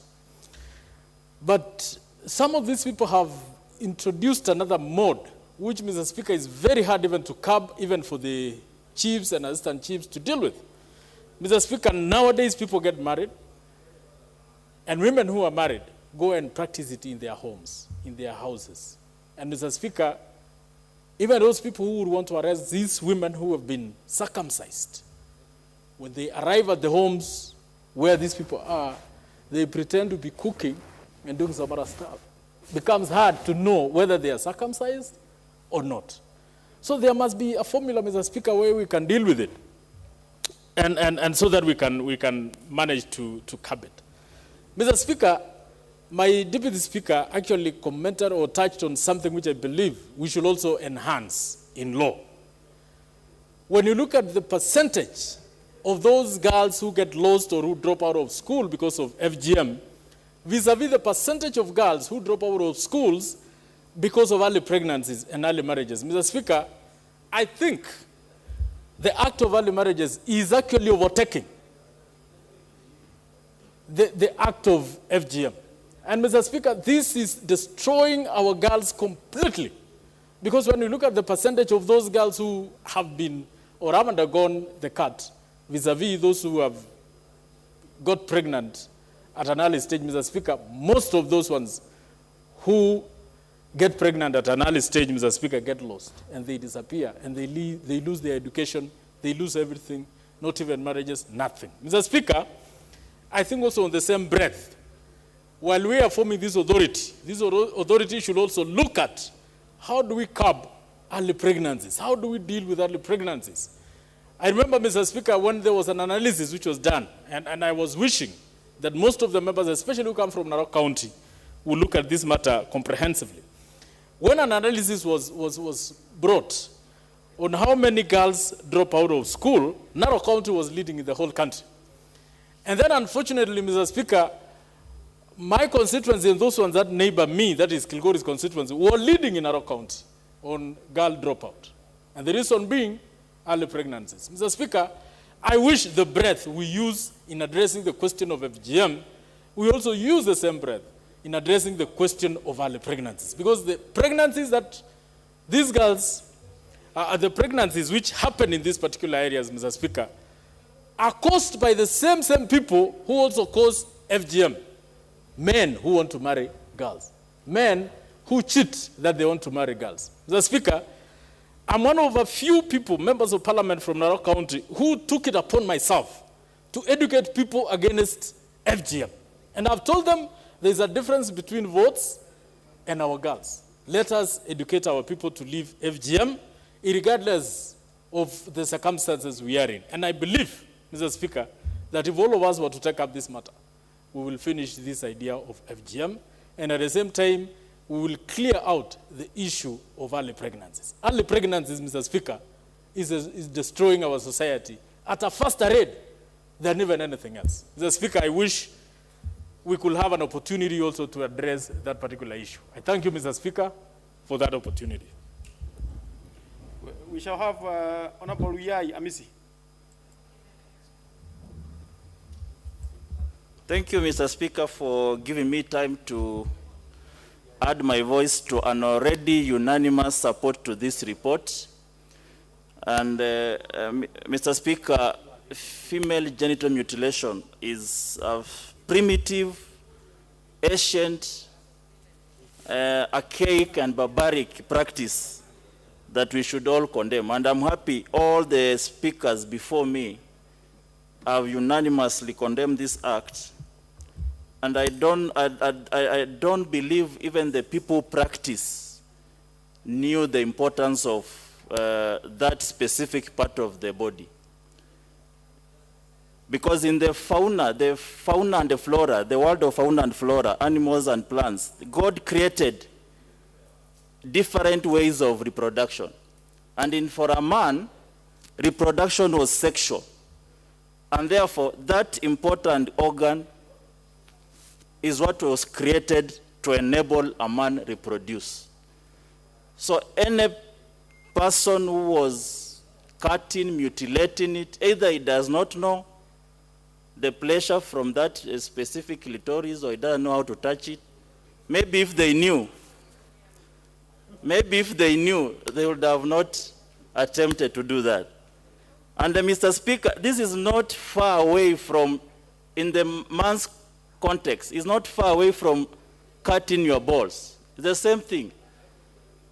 Mutilating a body, if reproduction was supposed to be cut by fragmentation, as it happens to other animals, then probably a finger from your body could reproduce into an offspring.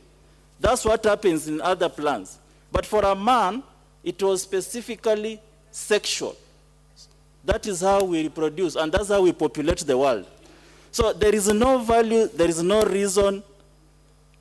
This was a disaster, and like any other tradition, this is not identical. There are so many traditions, cultural practices that we must do away with. And this thing has come at the right time. We are holding this discourse at a time when Kenya is playing in the League of UN Security Council. We are showing the world that we are ready to get rid of these retrogressive practices.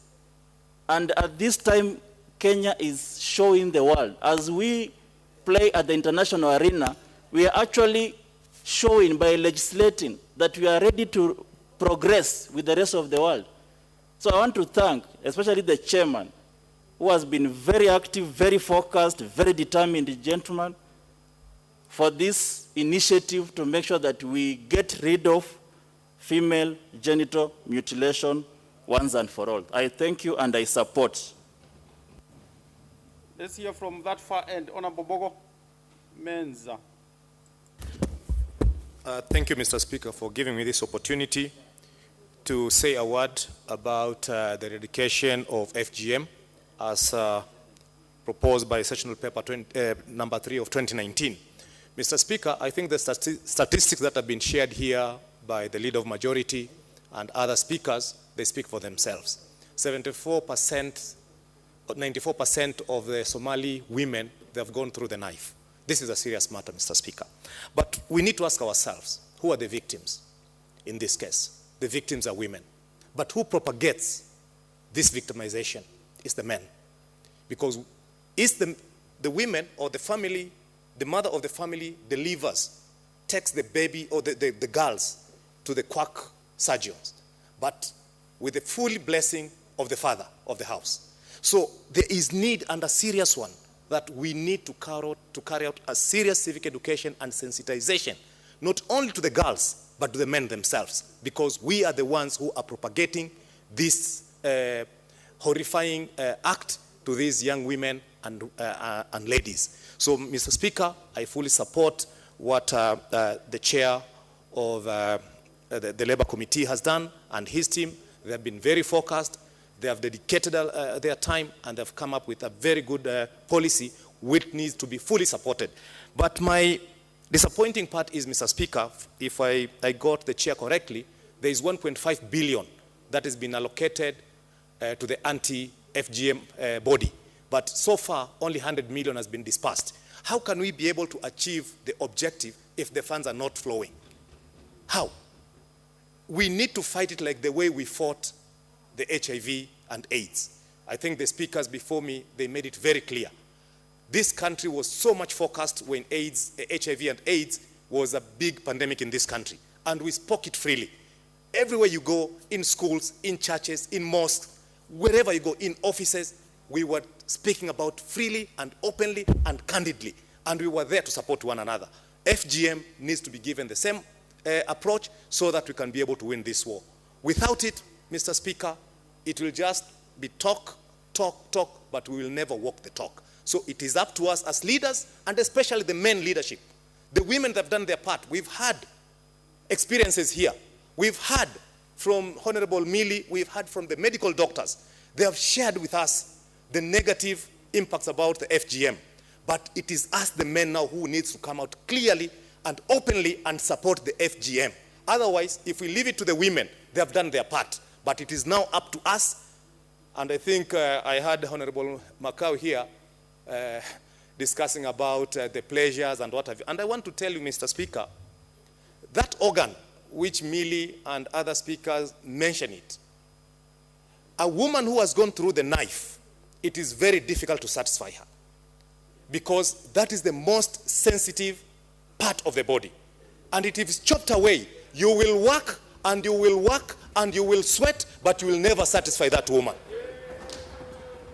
So, Mr. Speaker, this is a serious matter. And we men, because you see, we marry these women. But if there is no pleasure, if you cannot satisfy this woman, then eventually you think that you are the problem or the woman is a problem. But in actual sense, we are the ones who are propagating this horrendous act, and it needs to come to an end. Thank you, Mr. Speaker, and I fully support it. I could tell Majority Leader was wondering where the sweat is coming from. But well said, well said. Honorable Mwirigi. Asante sana Bwana Spika. Bwana Spika, nasimama kuunga mkono ripoti hii kwa sababu madhara ni mengi yale ambayo yameangaziwa mahala hapa, wakati ambapo msichana ama mtoto wa kike anapitia hali hii ya ukeketaji. Bwana Spika, katika hali hii tumeyasikia kwamba mtu wakati ambapo anakeketwa ama wakati anapitia haya uvuja damu nyingi ambayo inapelekea pia hali mbaya ya afya, na pia wakati ambapo mtu hako mjamzito saa zingine wakati ambapo mtu ni mjamzito, wakati mwingine huwa anapata mtoto kabla ya ule wakati ambapo anafaa kupata mtoto. Kwa hivyo ni vizuri wakati ambapo sheria hii tunaitengeneza hapa, ni vizuri serikali itilie ile jambo maanani sana na kuharamisha tendo hili, na yule ambaye anatekeleza tendo hili, Bwana Spika, aweze kuchukuliwa hatua kali, sababu wakati ambapo tendo hili linamfanyikia yule mtoto wa kike, sasa masomo yake sana sana katika shule, ni wengi ambao kuacha shule sababu ya jambo hili. Na pia wakati ambapo unapitia mahali unasikia watu wakizungumza, wakati mwingine unakosa raha ama anakosa raha ya kukaa na wale wengine sababu ya yale ambayo anasikia wakisema, anaona ni kama ya kwamba kuna watu ambao wanamuonea pale.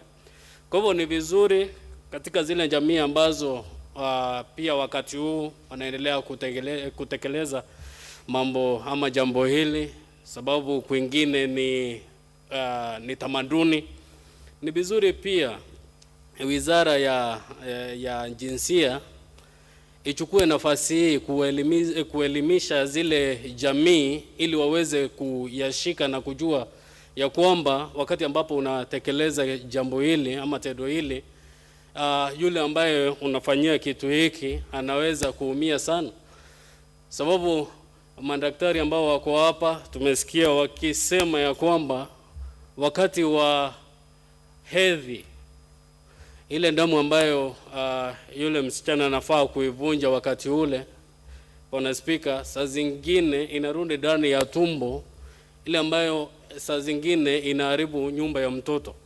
Na kwa hivyo ni jambo ambalo tunafaa kulichukulia maanani sana, ili wakati ambapo tendo kama hili linafanyika kule mashinani, kule ambako tumetoka, kule ambako serikali saa zingine ufikiria ya kwamba hakuna watu ambao wanafika kule, ni vizuri pia wakati ambapo tuko na machifu wale ambao wanaongoza kule vijijini, pia wao watuikwe jukumu hili ili waweze kutekeleza wajibu wao kuhakikisha ya kwamba ukeketaji umeweza kukomezwa. Sababu Bwana Spika, ni vibaya sana wakati ambapo umeolewa, uko bibi wa mtu, na alafu wakati wa kupata mtoto, njia ya kumpata yule mtoto iwe imefungika. Kwa hivyo ni jambo ambalo linafaa kuchukuliwa kwa uzito sana, na ile jambo ama hii sheria wakati ambapo tunaipitisha hapa, kusiwe tu ni kupitisha tu, lakini hii ripoti inafaa itekelezwe, ianze kufanya kazi, ili yule ambaye anafanya jambo hili ama yule ambaye anatekeleza ile jambo la ukeketaji, Bwana Spika, achukuliwe hatua kali, sababu sio vyema kuangalia wasichana wakati ambapo wanafanyiwa tendo hili, tendo la kinyama. Kwa hayo machache, Bwana Spika, naomba kuunga. Asante. Honorable Adagala Kahai, member for Vihiga.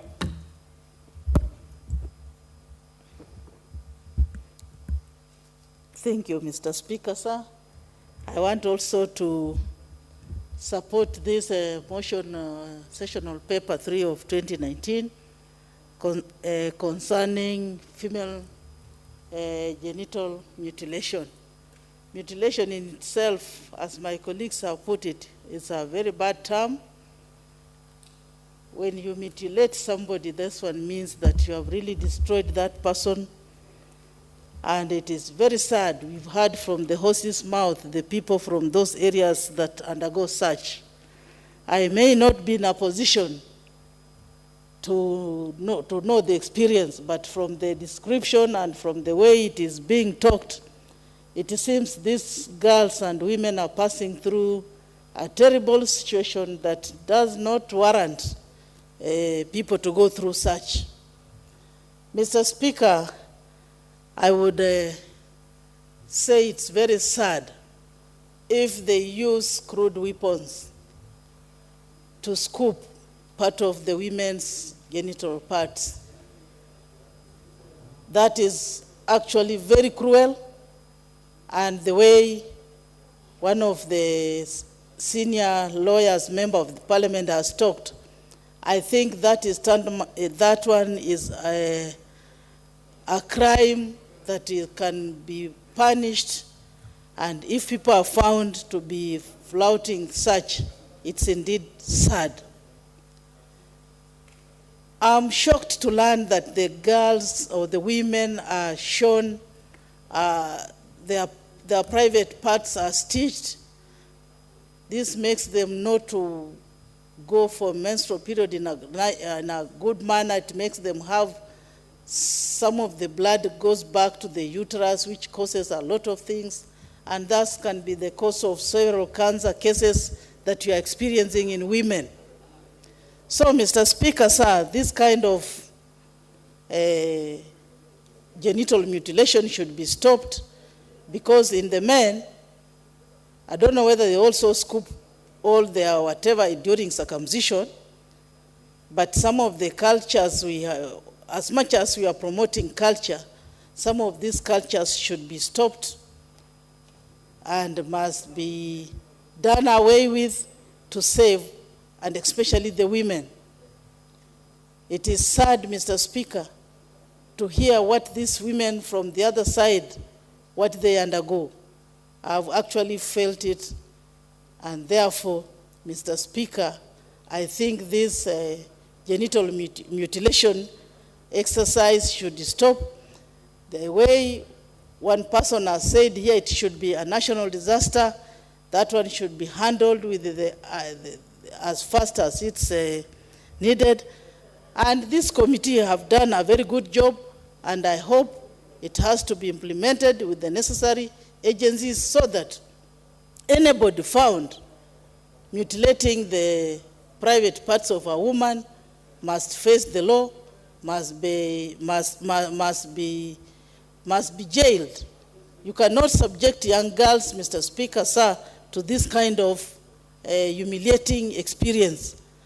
Now, these women are suffering at that time of the time they are mutilating their organs.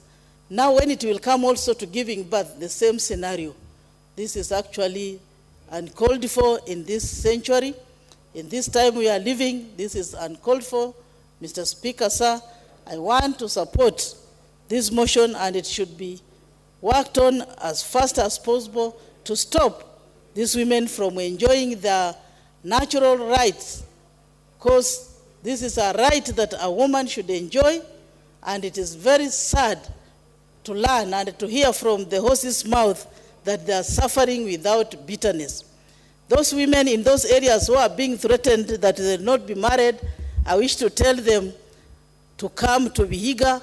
I have a number of boys who can marry them if they are being threatened to be circumcised so that they get married. Vihiga, they are there. Welcome to Western. We shall accommodate you, all those girls. Thank you, Mr. Speaker, sir, and I support. Honorable Kigade. Adagala, is that a public commitment?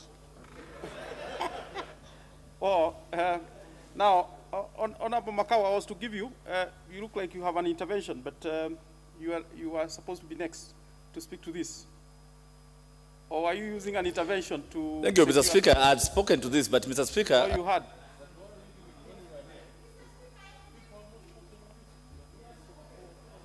Well, Honorable Makau was top in the list. So, I may not know because I don't have the list, but he is kind enough. Honorable Makau, then you have spoken to this, so your chance is gone. Of course, if you have spoken, you can't speak again on that. Honor? Standing order? What is it?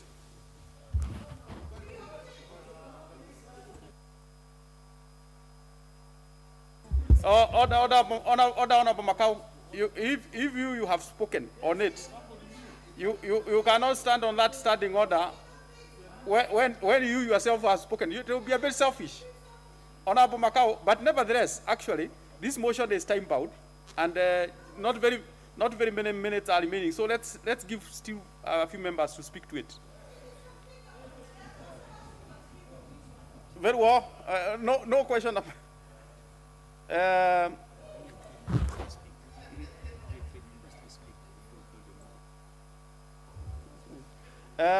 Honorable Miremba Oboko. Oh, thank you for getting this chance just before Honorable Macau wanted to close it. Honorable Speaker, thank you for this chance, and I want to congratulate the Chair of the Labour Committee for having brought this sessional paper number 3 of 2019, which is touching on a very important issue of FGM. Honorable Speaker, many people have spoken on this, and many expositions have been done in terms of knowledge and statistics. But I just want to speak on it in order to give hope that this is actually something that can end. And this comes from a historical perspective whereby there were very many cultural practices together with the other forms of practices that were practiced by the Africans. But along the way, they have either been shown the door through either Christianity, change of civilization, culture, and modernization. Honorable Speaker, I have in mind the many cultural practices that were done in Kenya, like the removal of teeth among the Luos, which was mentioned here. I want to mention for another cultural practice like the human sacrifice, which was among some of our tribes and which was eradicated.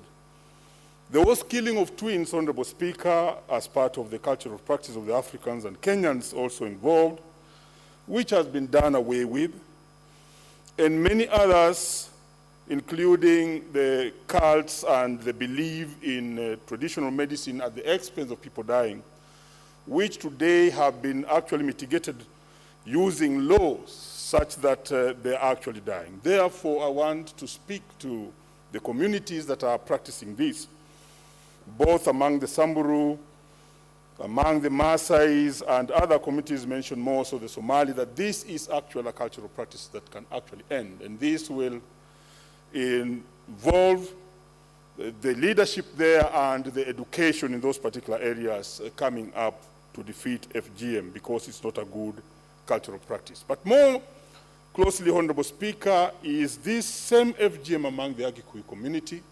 I don't speak for them, but I know that they had it very strongly.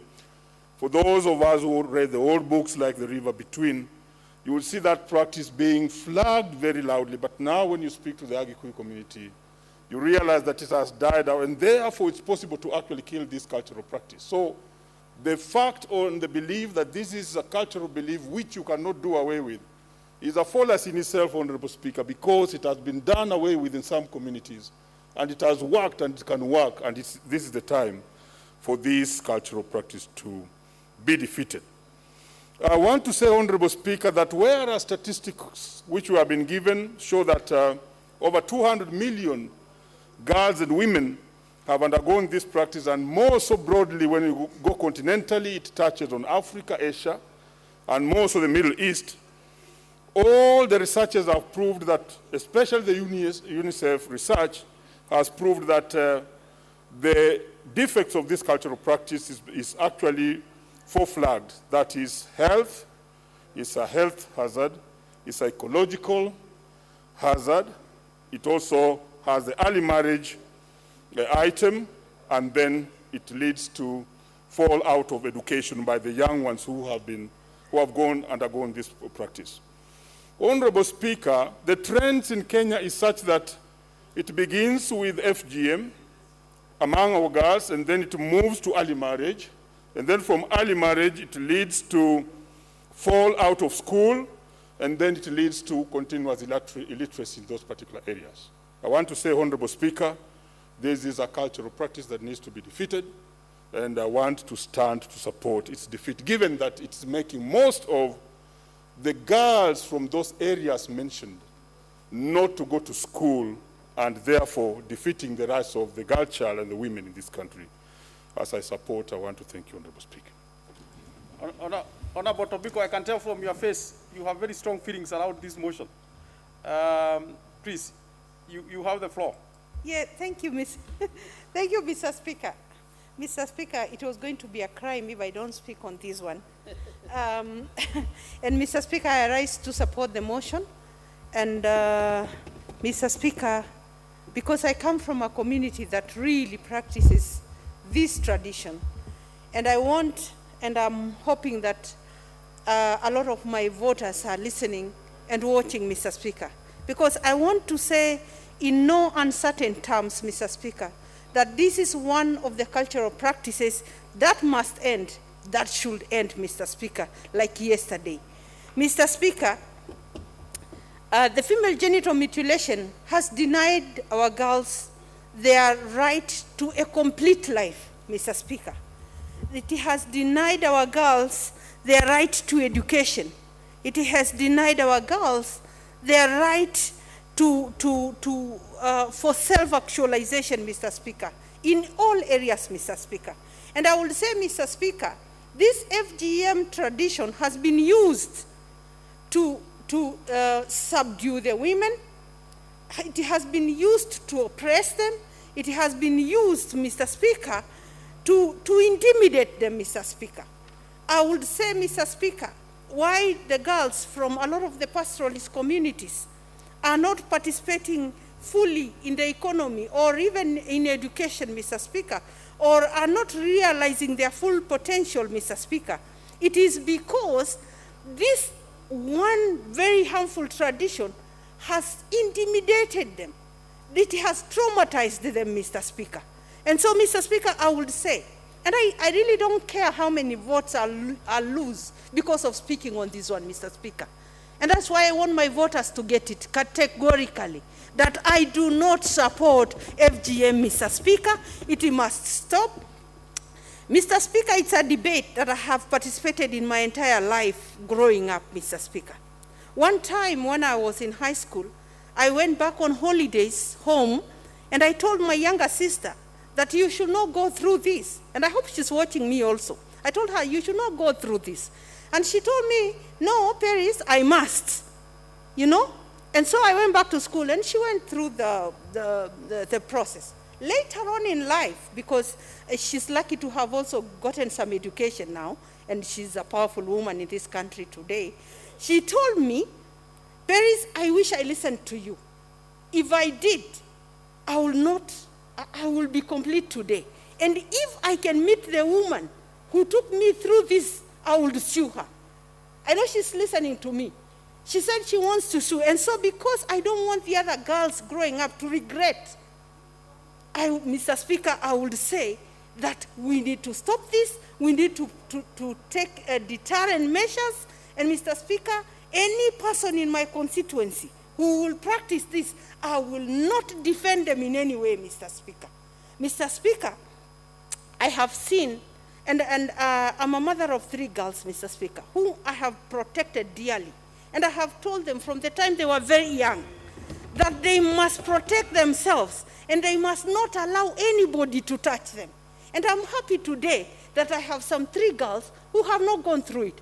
But now my bigger duty, Mr. Speaker, is to protect my constituents, is to protect the other women in the pastoralist communities, that they must realize their full potential, Mr. Speaker.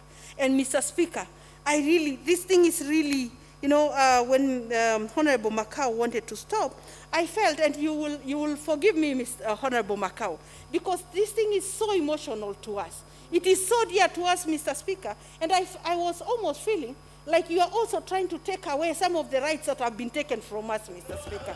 And so, you know, sometimes you feel like the same intimidation, the same subjugation is what is going on even at this level, Mr. Speaker. I am happy that I'm one of the few who have found my voice. But how many have remained voiceless, Mr. Speaker? Mr. Speaker, I arise to support, and that I would urge that all Kenyans really must save our girls. Thank you, Mr. Speaker. Honorable Ibrahim Sahal. Thank you, Mr. Speaker, for giving me this opportunity to add my voice to what honorable members have said and my sisters. Mr. Speaker, from the onset, we are not honest about the eradication of the FGM. Why am I saying this, Mr. Speaker? And Mr. Speaker, the pastoralists who are in the rural areas deep down there, especially the nomads, are still doing the cutting. And so many girls are dying due to bleeding. Mr. Speaker, I know there are so many NGOs, briefcase NGOs, and government entities purporting to be advocating for this FGM. They are collecting money from organizations and the government, yet they are not doing the necessary things they are supposed to do, because deep inside the rural areas, we are nomads. The nomads still they are practicing, but big towns we have stopped.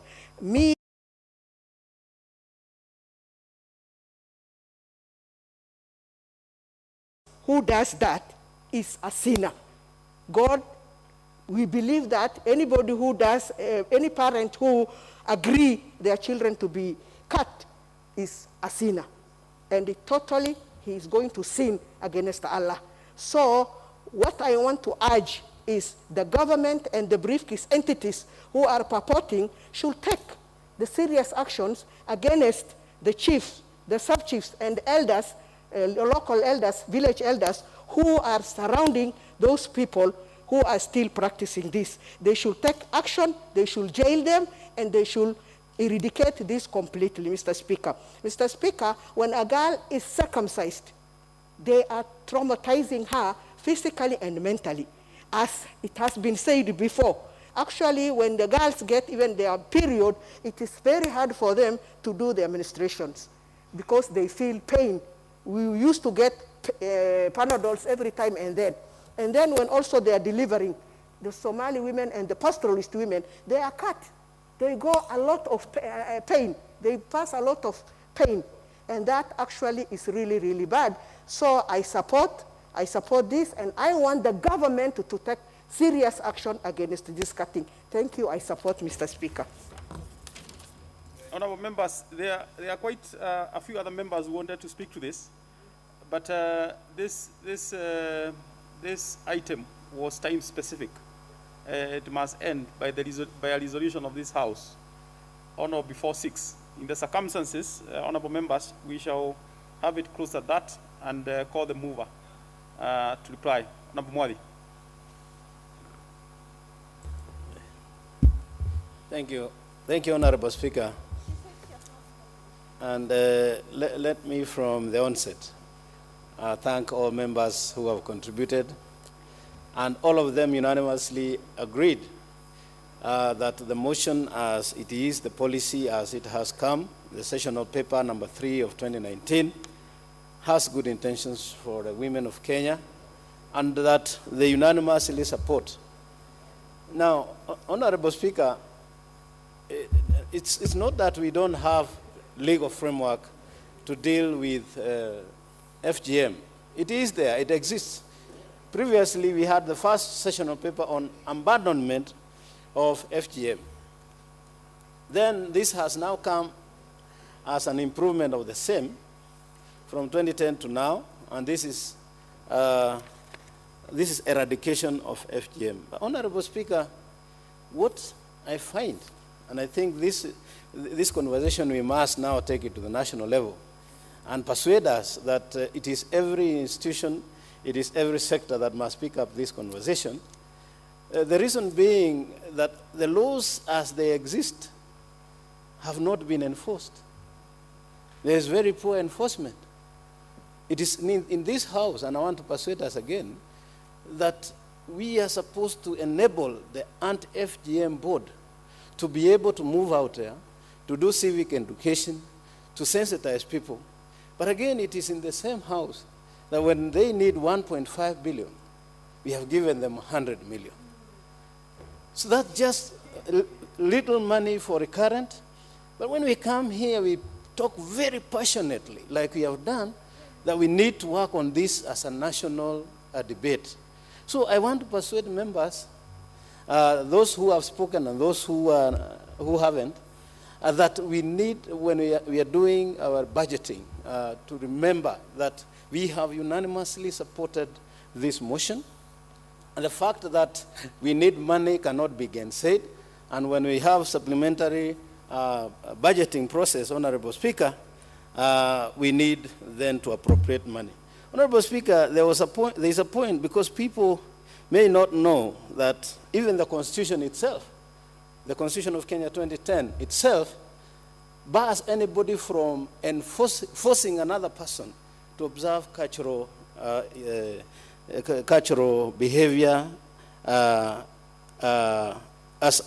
a way of forcing them to follow what it is that they want them to do. And Section 40, Article 44, and if you allow me, Honorable Speaker, 44.3, a person shall not compel another person to perform, observe, or undergo any cultural practice or rite. That read together with the anti-FGM law 2010 tells us that we have come from that age where this archaic, outdated practice must come to an end. So, Honorable Speaker, even as we talk about the passion to save our girls, which I really personally also associate with, we must also put in place checks and balances and also ensure that we have programs that support the anti-FGM. Honorable Speaker, I have listened to a conversation here regarding married women, and I got shocked.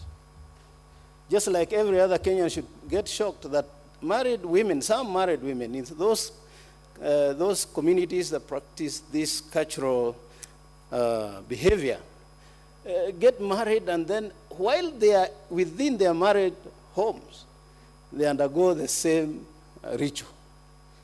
That in itself tells you that unless it is the men who are forcing them, it tells them that they need civic education.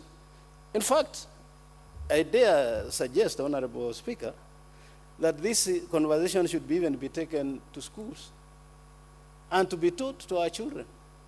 And even those who are in adult classrooms, to be taught the dangers of undergoing FGM. So that as a nation, we will look serious, we will look like we are focused, and that we really want to deal with this bad practice once and for all. So, Honorable Speaker, as I sit down, again, want to thank members and remind us that we need budget. You just pronounce yourself on this and replying.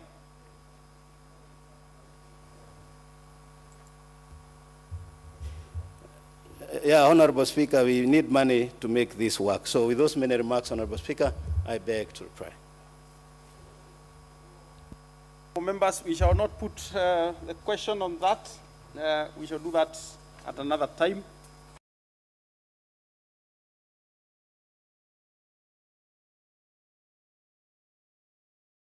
Use of the standard gauge railway.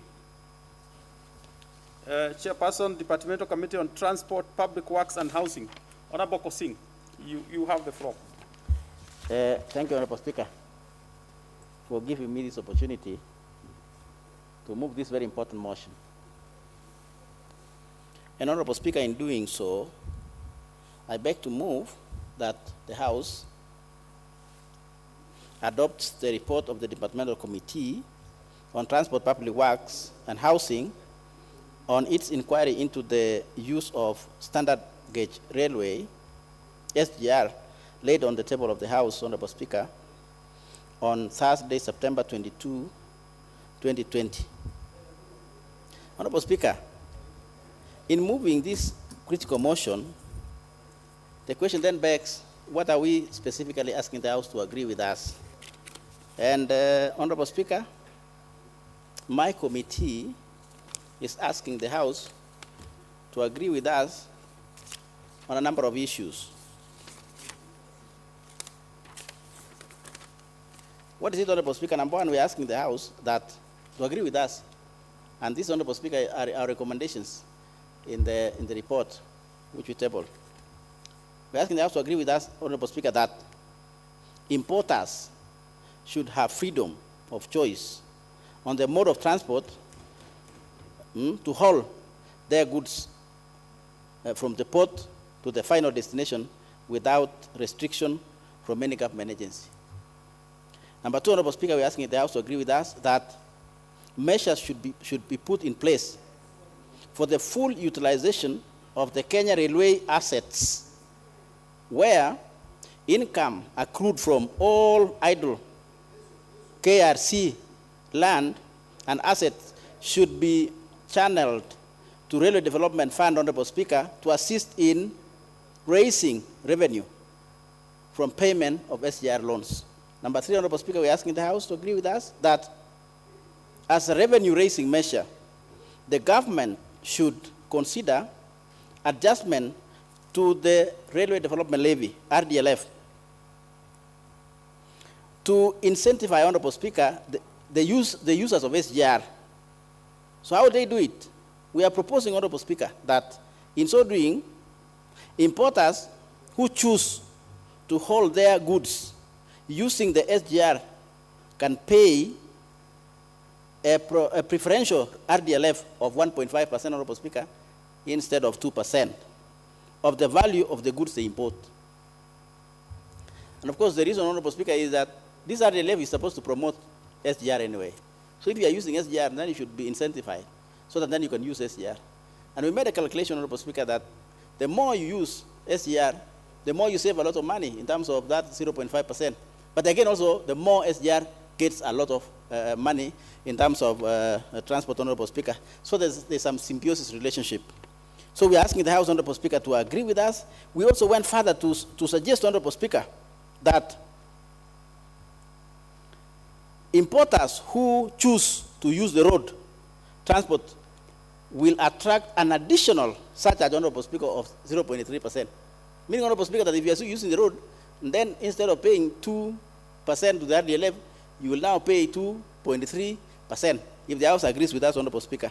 So that at least, because you're putting a lot of, weight on the road, so you should be punished for putting a lot of weight on the road. And yet we have given you SGR. And Honorable Speaker, we're asking the House to agree with us. Number four, we are also saying, Honorable Speaker, that to encourage the use of SGR, increase competitiveness, Honorable Speaker, in the sector, and promote stopover economy along the railway line, the government, Honorable Speaker, should set up upon an undiscriminatory policy, Honorable Speaker, that will not discriminate any user of SGR or any transport, Honorable Speaker.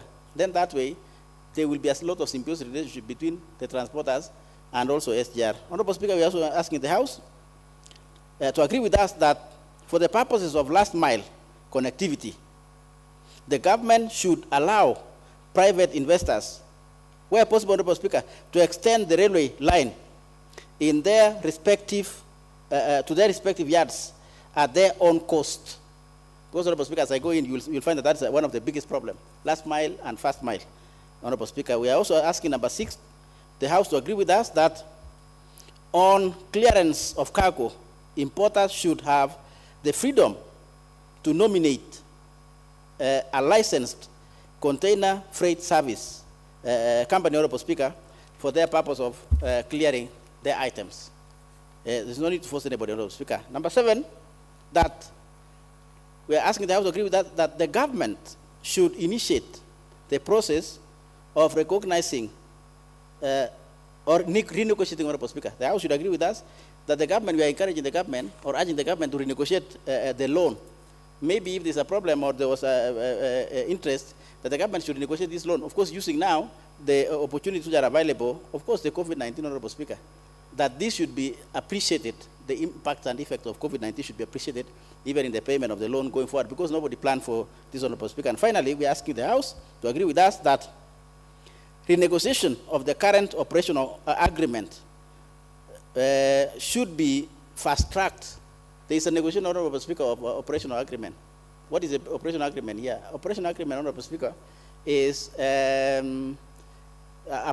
somebody who actually operates or runs SGR.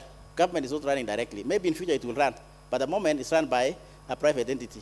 So that private entity signed an agreement with government earlier, and we found out that maybe that was a little bit expensive, and that was now costing. Why? Maybe that is why, or some of the reasons why maybe SGR is more expensive.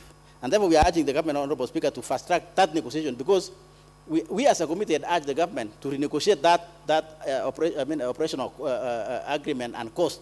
It was costing close to about 1 billion, Honorable Speaker, per month, and we are trying to. We told them they need to renegotiate that to about 600 million or 500 million, Honorable Speaker, per month, so that if the House then agrees with us, Honorable Speaker, then we will move to a different level. And what is that level, Honorable Speaker? The level of now bringing up amendments in terms of law, so that we can effect some of these proposals if this House and honorable colleagues agree with us. So, Honorable Speaker, then the question is, why did we go that direction? Because then I started with the request or the recommendations. So why did we go that direction, Honorable Speaker? We went that direction because honorable members in this House, led by Honorable Abdul Samad, my colleague, Chairman PIC, raised several issues representing the people of the coast, and not really the coast, Honorable Speaker, but the entire country, you know. And they raised very critical issues. And some of these issues then surrounded around that the government is forcing people to use SGR, Honorable Speaker. And that was not felt as very good in terms of government then forcing people to use SGR. Why? Because SGR then is also a mode of transport like any other lorry or truck transporting goods from Mombasa to Nairobi. And then, Honorable Speaker, there was a lot of course, concerns from the public in the entire country, Honorable Speaker. And of course, some few demonstrations here and there. So what happened, Honorable Speaker, of course, from your chair, you ruled that this committee then does an inquiry so that we can be able to bring all these things, Honorable Speaker, together as a people. And in doing so, Honorable Speaker, when the House resolved that we do it, Honorable Speaker, then we ask ourselves the question, what do we need to address? Honorable Speaker, two things came to our mind as a committee. Number one is SGR is a national installation, Honorable Speaker. And therefore, the protectors of that national installation then should be the people themselves, should be the leadership themselves, who are ourselves, Honorable Speaker. Because we cannot also hit and beat SGR, then who will protect SGR? It's supposed to be ourselves. Number two, we also found out that, Honorable Speaker, SGR as well should not also drive out its own children from making or getting money or making businesses. And therefore, SGR then should live in symbiosis relationship between itself as SGR, as a national installation, and the people it's serving. There should be some symbiosis relationship, Honorable Speaker, or what we may say, an equilibrium. So this committee was to find an equilibrium, Honorable Speaker. And some of the proposals we have given the House in terms of recommendation, Honorable Speaker, forms part of that equilibrium that we were trying to negotiate with all these people, Honorable Speaker. So we wrote outside to the public and to the main stakeholders, Honorable Speaker, to come and appear before us so that we can reason together, so that we can consult together, so that we can sit down together as a people, Honorable Speaker. And I want to thank our colleagues from the coast. And to be very honest, and I want to thank my colleague, Honorable Abdul Samad, who also listened, and we were talking together almost on a daily basis. Of course, using Article 95 of the Constitution, they were representing interests of the people of Kenya. But we said, Honorable Speaker, rather than talking to each other, let's talk together as a people. So who did we meet, Honorable Speaker?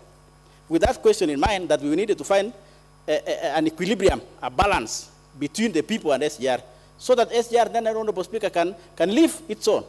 SGR can sell itself. People can use SGR willingly without being forced, Honorable Speaker, and can sustain. Honorable Speaker, we met the following. Number one, we met the ministry. An entire ministry came before us, and we talked together. We had also Kenya Railway, Honorable Speaker, coming before the committee, and we reasoned together. It is important for them, and for me to say this, Honorable Speaker, because it's a very critical matter for everybody to understand. Who then did we agree upon to come up with the recommendations which I have just given the House? We also met, Honorable Speaker, KPA, Kenya Ports Authority, appeared before us very critically. The coast parliamentarians came in large numbers, Honorable Speaker. We had a very good interaction with them for quite some days together, Honorable Speaker. We also met Kenya Private Alliance, that is KEPSA, appeared before the committee, and we negotiated together, we talked together in terms of finding a solution.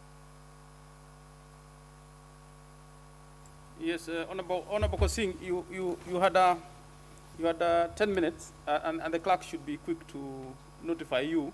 But I sense there is some part of that you haven't finished.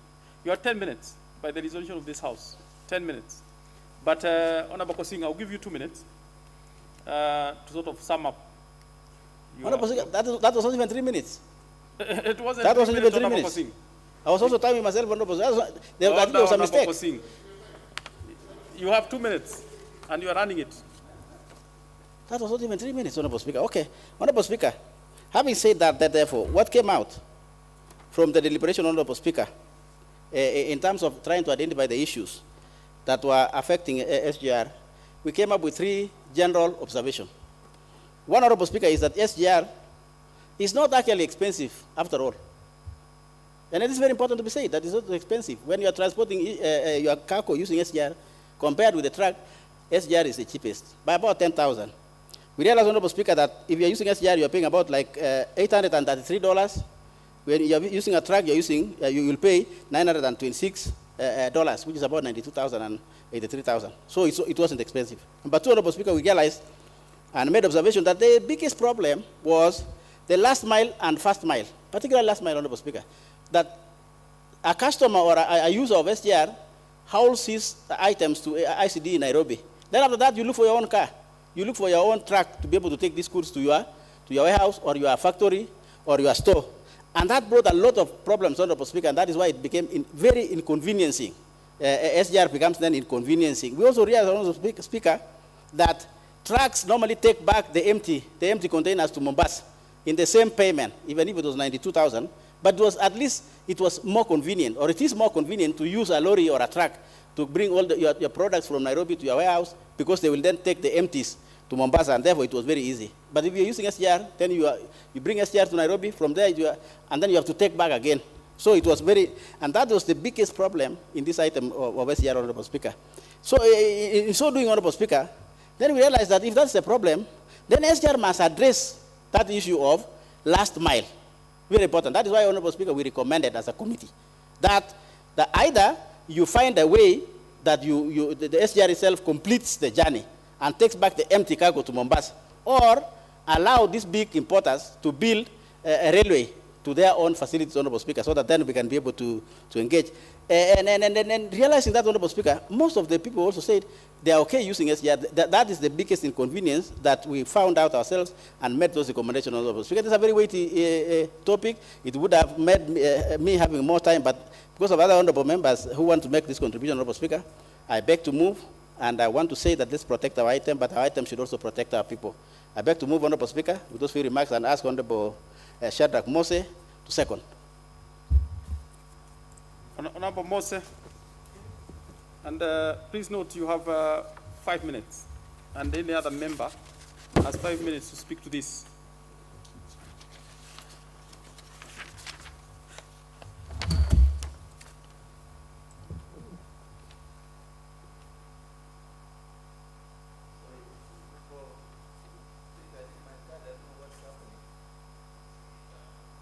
You'll get the mic in a minute.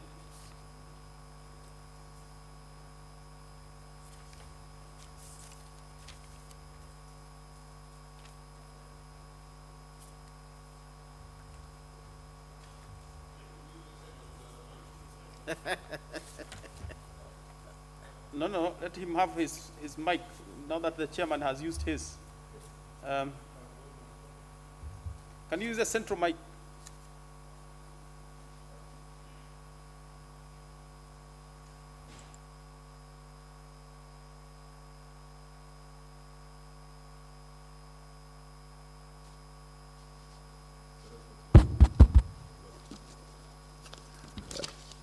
Honorable Speaker, I arise to second the report by the chairman, and I would wish to submit as follows: that first and foremost, Honorable Speaker, we realize that transport, as chairman has rightfully said, there is what we call freedom of choice for a transporter to transport his property from one destination to another. And therefore, Honorable Speaker, the issue of SGR that was raised by our colleague Honorable Sabwan was a critical issue, and I can see my colleagues from the coast, many of them here.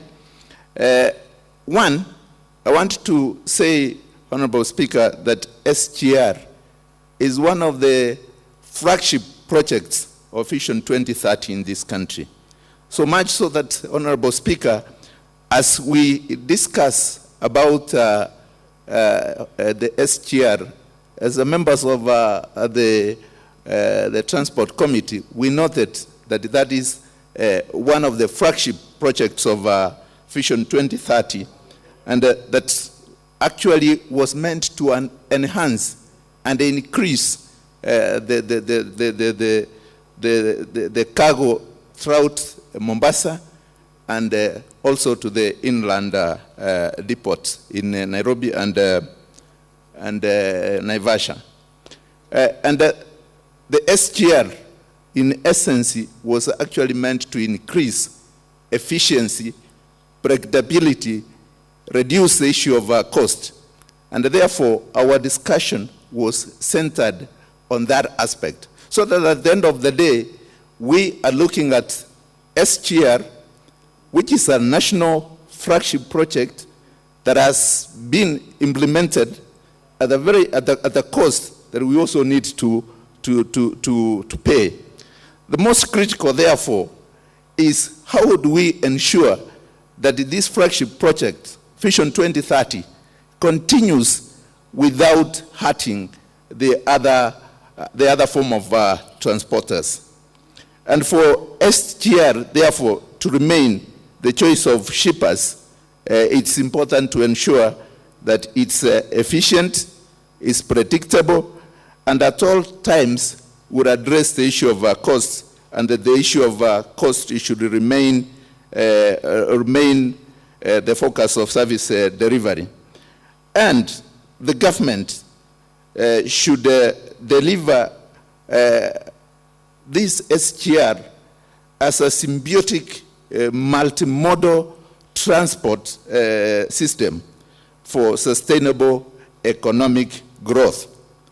And this symbiotic model should not be a model, Mr. Speaker, that infringes on other modes of transport. And that's why we said, as an alternative, it should be given a chance to be competitive, just like the others. And the competitiveness should be in terms of the other modes of transport, like rail, road, which should be a complementary system to the SGR. Mr. Speaker,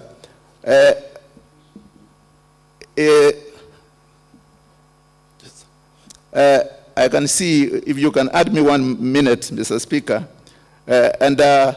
Therefore, what I am saying is that the transporter should have a freedom of choice in terms of the mode of transport to have their goods. Measures should also be put in place for the utilization of the Kenya Railway assets, which also complement.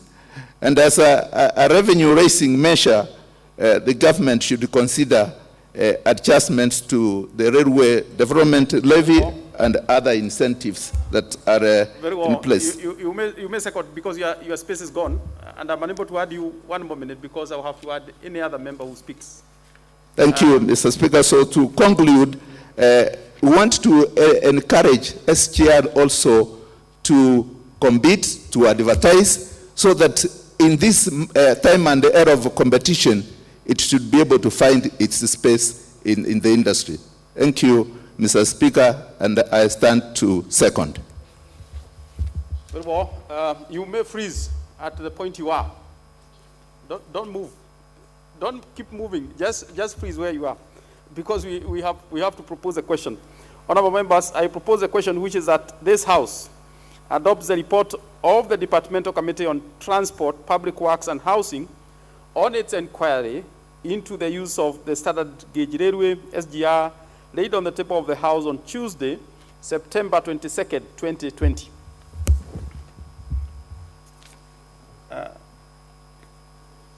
Other members, you can't put question on this one.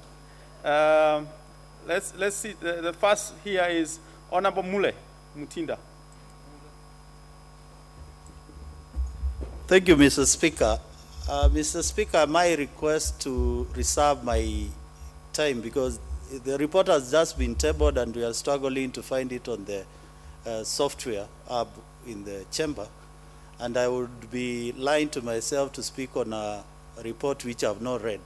But if you encourage me, I will wish to speak later once I've gone through the entire report. Because it's a very serious report, Mr. Speaker, which touches on serious issues of taxation. You know, now speaking to it, you lose an opportunity later on it.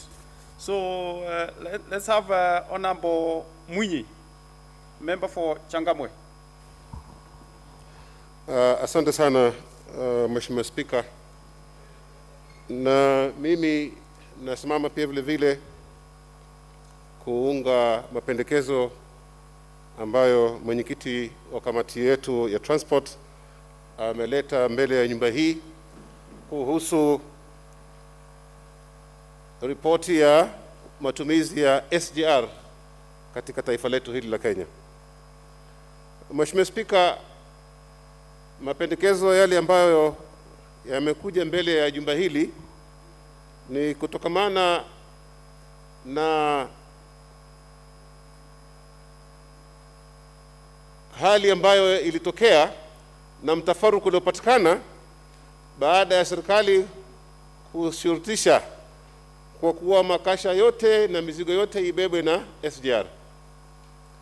Na katika mengi ambayo tumejifunza, Mheshimiwa Spika, katika mtafaruku huu ni kwamba serikali pamoja na raia wake wakifanya kazi pamoja, matatizo makubwa pia inaweza kusuluhishwa bila kuwa na vurugu.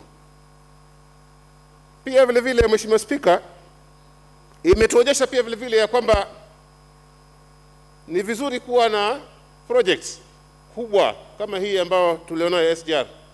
Lakini kabla haijatekelezwa, pengine watu washirikishwe, waweze kutoa maoni yao, ili inapokuwa inatekelezwa hii manake project iwe watu wote washaweka mawazo yao pamoja na wameweza pia vile vile kuondosha zile hofu ambazo zingeweza kuleta mtafaruku siku za baadaye.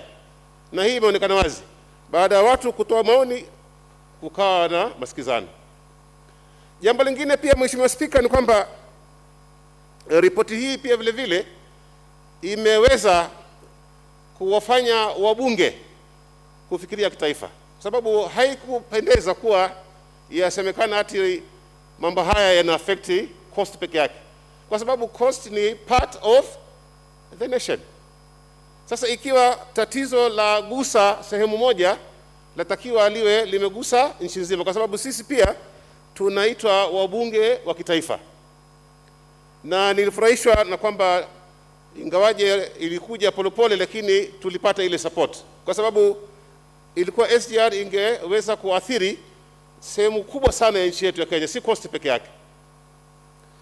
Mheshimiwa Spika, pia vile vile tuliona katika usafirishaji wa haya makasha, kama vile alivyoeleza mwenyekiti wetu, badala ya kasha limeletwa mpaka Nairobi, ilikuwa kuna wale ambao wanachukua hayo wakiaregesha port kule. Na kwa sababu ya kuzuia msongamano kule port, hao walikuwa wako na yadi zao wakiweka, na baadaye meli ikiwa tayari yachukuliwa, yapelekwa, yaingizwa ndani ya meli na inabeba kupelekwa kule ambako inaenda. Na unaona Mheshimiwa Spika, hapa kulikuwa kuna nafasi nyingi za kazi zatokea pia vile vile kutokamana na hali kama hii tunayoizungumzia. Sasa ilipokuwa sasa ni lazima SGR ibebe na baadaye iregeshe wao kwa mipango yao, sasa ikawa kila mtu anataka kufutwa kazi, kwa sababu hawezi kumlipa mfanyikazi ambaye hafanyi kazi na yeye hapati pesa pia vile vile. So nini tumejifunza hapa, Mheshimiwa Spika, ni kwamba ni lazima tutumie hizi university zetu kufanya utafiti katika mambo yote ambayo tunataka kufanya kama nchi, na pia vile vile kila jambo ambalo lafanywa lihusishe raia kwa ukubwa, kwa upana, kwa sababu ni raia ndio watakaokuwa wataathirika ama watakaotumia services zile pia vile vile. Hapo ukiangalia Mheshimiwa Spika, SGR kweli imekuja, lakini angalia inakuja na beba watu, inawaangusha wapi? Zile sehemu za, nikumbushe tafadhali, Syokimau.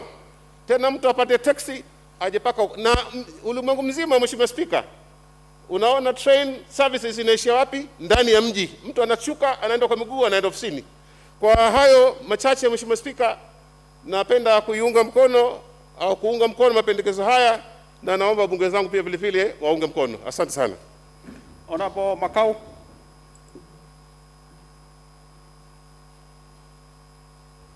Thank you, Mr. Speaker. Mr. Speaker, from the onset, I must say that I'm supporting this report. This, Mr. Speaker, shows that this government is listening. And I think courtesy to the cooperation of Wiper and the Jubilee.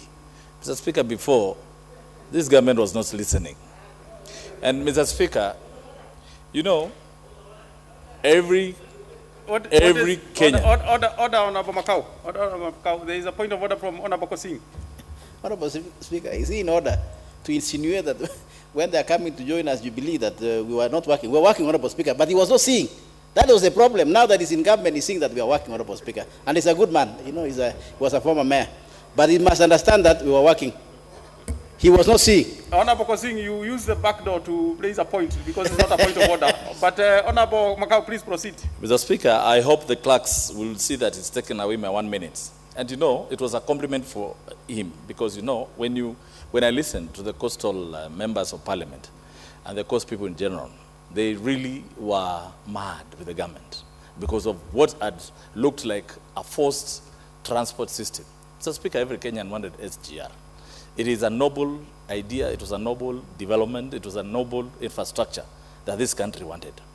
Mr. Speaker, when I listened to the Honorable Chair of PIC, Honorable Nazir and his colleagues in Coast, crying that their businesses have been affected and everything, myself too got affected because when you look at Mombasa Road, it spills and snails through the Ukambani region.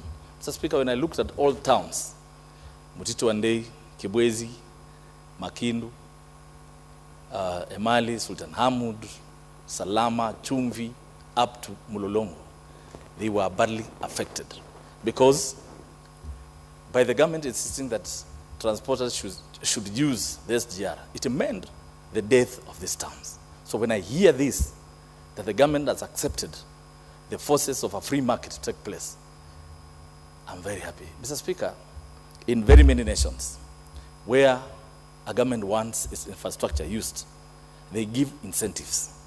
How I wish the SGR was charging less than 50%. Everybody will use it. Now, when I listen to this report, Mr. Speaker, the chairman has alluded that the government has accepted that there will be, they accept competition in this, and now those transporters, those businessmen who had bought trucks, Mr. Speaker, now are back. And now we are going to see real competition where the forces of demand and supply will apply, Mr. Speaker. I think it's a good thing. And I think I'll encourage even now the committee to go ahead. And I have heard members say, when you bring your cargo or even passengers, it is really inconveniencing, particularly this time of the expressway. Mr. Speaker, the jam which is on Mombasa-Nairobi Road, it is crazy. So from Syokimau railway station to town, you will take about 3 hours. And I agree with members. How about if we introduced a light rail from that SGR to town center? Mr. Speaker, that will even attract customers naturally. We don't have now to come there and start looking for transport to come to town. So, Mr. Speaker, I think indeed this report is timely, and it is also time for us as a parliament to put in our budget that a light rail is introduced from where the SGR, I know it's going to continue to Naivasha, but meanwhile, Mr. Speaker, it's important that we mitigate on how to take care of the Mombasa-Nairobi highway jam. And Mr. Speaker, again, this now, I am sure the people on these towns who are already faced by a looming extinct, that now they are going to bounce back with life. So, Mr. Speaker, I support this report, and it's high time the SGR started competing with the private transporters. Thank you very much. Honorable Rufo, order.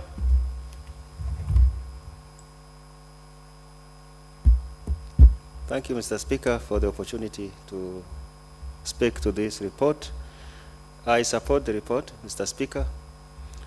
Mr. Speaker, as members of Parliament, we represent interest of all Kenyans. So when Honorable Abdul Samad raised this issue, along with other coastal MPs, that the importers are forced to use SGR, and in the process, Kenyans at the port of Mombasa and various towns along Mombasa highway are losing jobs and livelihood, it touched us. Actually, I decided to stay on and contribute to this report, and if the recommendations could not have gone the way we wanted, I was ready to oppose it. But as it is now, it is good that the government has listened to the concerns of the stakeholders. The transporters, the importers are free to choose the mode of transport that they should use. And the report also states clearly that SGR and Kenya Railways should be ready to compete with others who are providing transport. And I'm sure that they will be forced now to provide incentive for the importers to go for SGR and not other alternative mode of transport. And that is the way to go. And I'm glad that because, you know, the transporters traverse through various counties, particularly those who are using the road, because the SGR doesn't stop, I think, anywhere. But those who are using the trailers, actually, from the county of Mombasa, Taita Taveta, Makueni, Machakos, and then Nairobi. And along all this stretch of close to 500 kilometers, there are towns whose economies and the livelihood of people living therein depend largely on these transporters. And therefore, this report actually has restored the hopes of these people. Most of these towns have started becoming ghost towns. And I think in future, if government comes up with, something that, like SGR, they should consult people on how to entice them to appreciate and use a government service rather than giving directives on what mode of transport, for example, people should use, and so on and so forth. I'm glad that the report has also touched on idle assets of Kenya Railways. They are all over the Republic. They should be put to use, and the income from those should be actually used to develop the railway network further. Mr. Speaker, we also want SGR to be extended, not only in the direction of the lake, but also and beyond in the neighboring counties. But probably the government also in future should consider extending SGR through Mount Kenya to northern Kenya and other parts of the Republic, so that the economies of the north can also be opened up. We also have things to be imported, to be exported. We need easy access to Port of Mombasa and so on and so forth. With those few remarks, Mr. Speaker, I support adoption of this report. Thank you very much. Let's have Honorable Mishi Boko. Asante sana Bwana Spika, kwa sababu Waswahili wanasema bandu bandu umaliza gogo. Swala hili tulizungumzia kwa muda mrefu sana, haswa sisi wabunge wa kutoka sehemu ya Pwani, na kila wakati tulipokuwa tukilizungumza lilikuwa linaleta tashwishi nyingi, na pia lilikuwa linaleta hamasa nyingi sana, haswa kule kwetu Pwani. Lakini nataka niseme kama serikali na Wakenya tumeangalia swala hili na tukaamua tuzungumze. Na kwa kuzungumza kwetu tumeweza kupata suluhu ambayo itakuwa imemwangalia Mkenya kule mashinani na pia imeangalia mikakati ya serikali. Ile Kiingereza tunasema symbiotic model, ambayo kila mmoja katika wale washikadau watakuwa wamefaulu na maamuzi haya ambayo yamewekwa na kamati ya uchukuzi.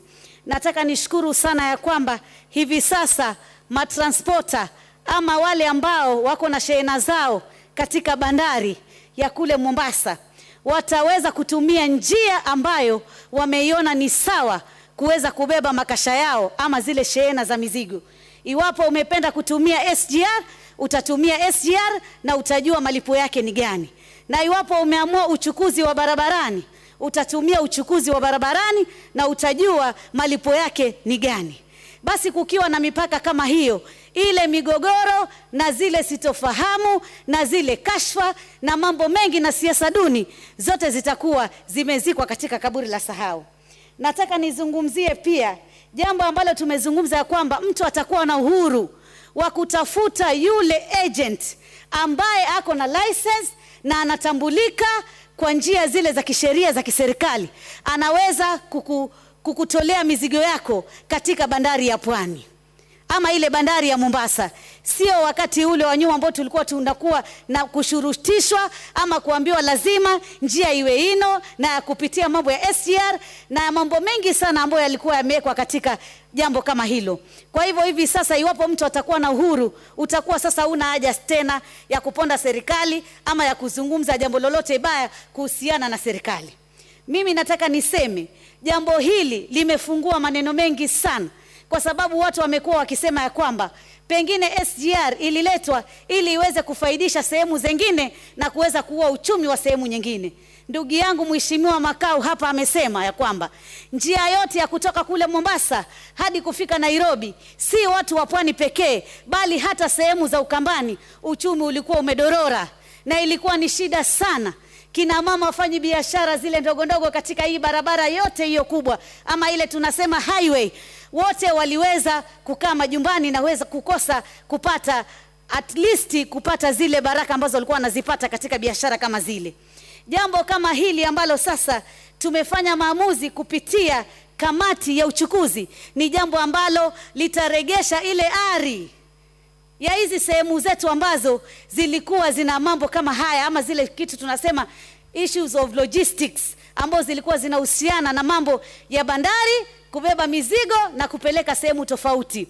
Pia vile vile jambo ambalo wamezungumzia ile tunaita mambo ya last mile connectivity, ambayo mtu kama anaweza kuzidisha ama kurefusha ifikie mpaka pale mahali ambapo anataka makasha yake ama shehena zake za mizigo zifike, pia amepewa uhuru wa kuweza kufuatilia na kufanya jambo kama hilo.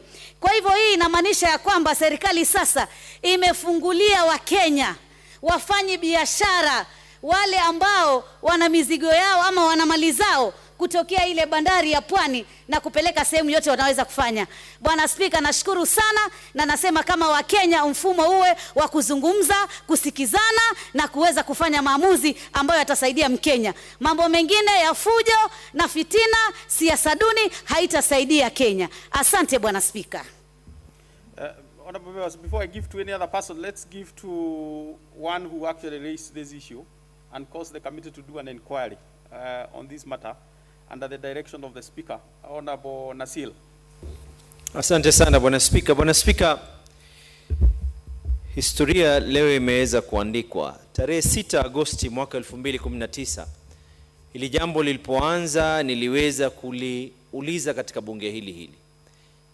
Likaleta stafahamu na watu wakawa ni wenye kuzungumza ndani ya bunge na wenye kuzungumza nje ya bunge. Lakini hatimaye sheria zinatungwa na kuweza kutekelezwa katika bunge hili. Ndio maana ikawa sote tunaweza kuwajibika na kupigiwa kura kwa sababu ya kuweza kutunga zile sheria, sio kuweza kupiga porojo peke yake mitaani. Bwana Spika, ilipofika tarehe 2 Juni hii oda ikaregeshwa tena, na mimi nakumbuka katika bunge hili nikaweza kuliuliza, likaletwa jawabu na ndugu yangu hapa mwenyekiti wa kamati ya uchukuzi, lakini ikawa sina furaha na jawabu lile. Tarehe 25 nikaweza kuliuliza tena Juni mwaka 2020, ndipo pale spika akaweza kutoa amri ya kuwa ni lazima kuwekwe kikao cha maalum, watu waweze kupata suluhisho la kuweza kudumu katika masala haya.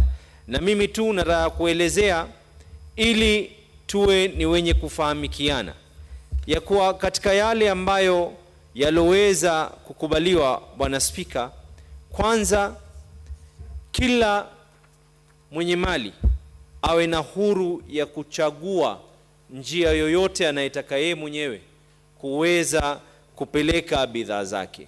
Pili, tumesema na tumetoa maoni na nakubali na nashukuru ya kuwa wamekubaliwa zile ardhi zote. Hamna shirika lolote la kiserikali katika Kenya hii yenye ardhi zaidi kama Kenya Railways Corporation, Bwana Speaker. Bwana Speaker, tunasema ya kwa ardhi zote zile ziweze kuchukuliwa, hizi fedha ambazo zinatumiwa kiholela holela, fedha ambazo zinapatikana kupitia ardhi hizi ziweze kutumika kulipa madeni ambayo yaliweza kuchukuliwa. Na tunasema ya kwa ikiwa mtu anatumia ile SGR, basi ile Railway Development Levy Fund, na hii ni baada ya kuweza kuzungumza mimi mwenyewe kibinafsi, wajumbe wenzangu, mwenyekiti, tukakaa chini na wale ambao kwamba ni washikadau, na wakakubaliana ya kwa ikiwa wewe unataka kutumia reli, basi badala ya kulipa 2% kama Railway Development Levy Fund, upunguziwe iwe ni 1.5%. Na ikiwa una lazima kutumia magari kwa sababu ya khiari yako, basi ni sawa uweze kulipa kiongozo kidogo cha 0.3, ambao kwamba ukiangazia zile hesabu wenyewe wenye biashara walikuwa ni wenye kukubaliana na jambo hilo. Bwana Spika, tumesema ya kuwa ni sawa ya kuwa ikiwa SGR inaona ina tatizo ya kupeleka mizigo kutoka yadi yao mpaka katika sehemu ambazo kwamba hawa wenye biashara, basi ni sawa waingie na njia ya kuzungumza na washikadau hawa matransporter, wakubaliane na wao ya kwa mzigo ukiweza kuingia, mtu ana khiari ya kutumia njia yoyote anayotaka yeye ili mzigo ufike katika yadi yake. Na tumesema ya kuwa mizigo yoyote, hizi kazi zamani Mombasa yalikuwa watu wamejaa na biashara za clearing and forwarding. Leo kwa sababu ya amri hii, biashara zote za clearing and forwarding zimeenda kwingine, lakini tunakubaliana na nashukuru ya kwa tunasema CFS, mtu aweze kuwa na khiari ya kuchagua CFS anaotaka yeye, mtu aweze kuwa na khiari kuchagua kampuni ambao kwamba anataka yeye mwenyewe. Na mwishowe nikimalizia, Bwana Spika, hili ni jambo ambalo kwamba ni la Kenya nzima. Nchi ya Ethiopia iliweza kulifanya jambo hili. Nasema ya kuwa ni serikali iregee chini na aanze kuzungumza na serikali ya China, wakubaliane ya kuwa hii loan itaweza kulipwa vipi. Na mwishowe tunagundua ya kuwa gharama kuu zaidi, Bwana Spika, ya kuendesha SGR ni zile gharama ambazo kwamba wanalipa kampuni fulani, ili kila mwezi wanalipa pesa fulani ambao kwamba ni takriban bilioni. Hii ni lazima waangalie njia, kwa sababu wa Kenya wanaumia na pesa zinaenda kwa shirika fulani peke yake. Kwa hivyo mimi nashukuru mwenyekiti mwenzangu, nashukuru washika. 1 minute being the originator of this. Just 1 minute max. Asante sana Bwana Spika. Bwana Spika, alikuwa namalizia kusema namshukuru mwenyekiti, nashukuru wanakamati. Tukianza jambo hili kulikuwa kuna mvutano na bughdha sana, na nawasihi sana ndugu zangu wale ambao kwamba wenye kupendelea zile bonga points za mitaani kuzungumza tu na kutoa kashfa ambazo kwamba hazina ukweli.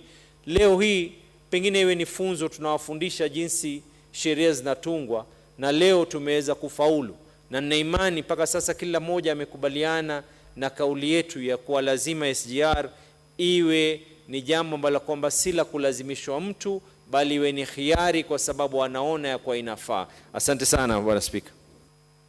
Before I get to my right, let's hear from Honorable Makali. Yeah, thank you, Honorable Speaker. Honorable Speaker, thank you very much for giving me this opportunity. I want to engage you so that since I'm alone here, I can just speak without my mask, although I know it's a requirement in this House. Honorable Speaker, I want to join my colleagues in supporting this report because it has some good recommendations, but I would not really dwell much on what is the recommendation. I just want to raise some fundamental questions, which to me I think will need to be addressed as we move forward. Honorable Speaker, this report is recommending that there should be freedom of choice in terms of which mode of transport you want to use to transport your goods.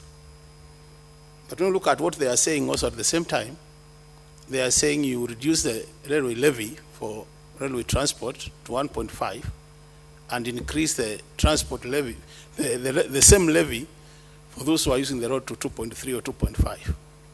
And the question is, Honorable Speaker, are we being fair to the forces of the market forces where demand and supply should come to play? So I think that's discrimination. And to me, it's not going to be fair if we start discriminating Kenyans. I think as we even move to the future, it will be important to ensure that the market forces, where you choose between demand and supply, determines the price. So that if you want this railway mode of transport to be the most preferred mode of transport, Honorable Speaker, the trick is to make it more efficient so that the cost goes down, and on the basis of that, Kenyans will have no choice but to make it the first choice.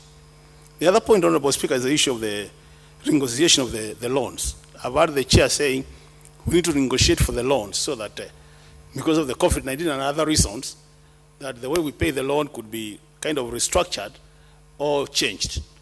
And this, to me, Honorable Speaker, brings out quite a number of questions.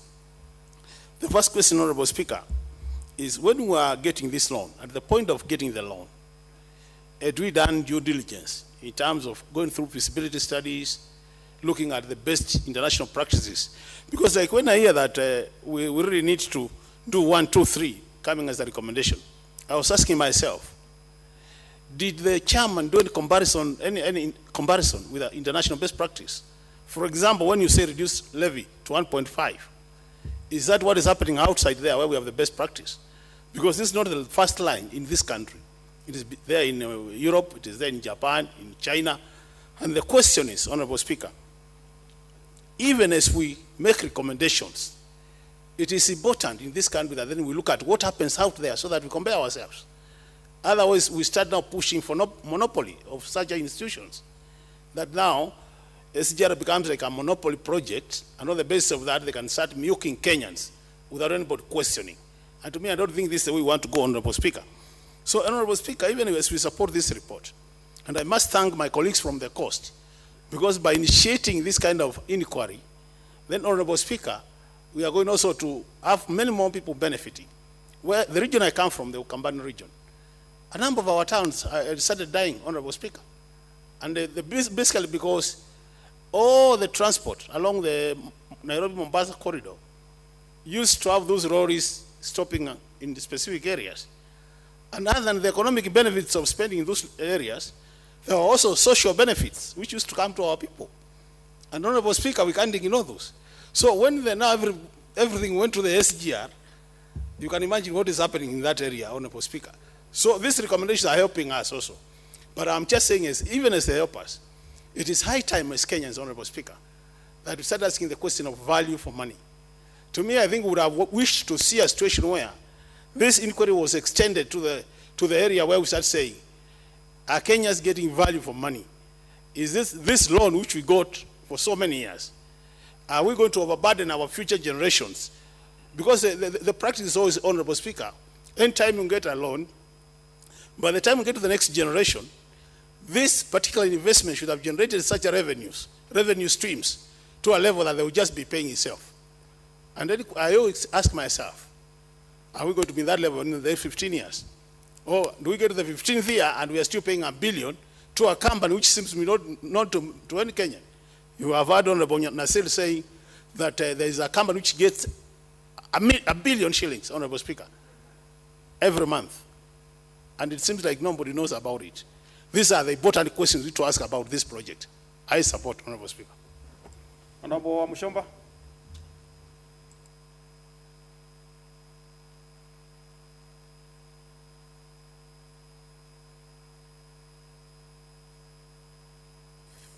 Thank you, Chair. Thank you, Speaker, for giving me the opportunity. I rise to support this report that emanated from the committee that I serve in.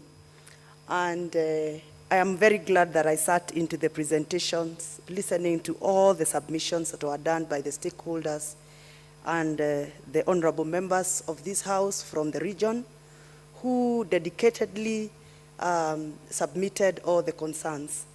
And I'm glad that finally today we are actually sitting here to say, yes, the report is the way to go. Honorable Speaker, every big project of this nature normally do have what we call the baseline survey, a survey that is done before the investment is done to advise the investor and the government on the modules that are going to be used to recover the money that has been invested. I am not so sure whether the baseline survey that was done was actually a clear picture of the scenario on the ground.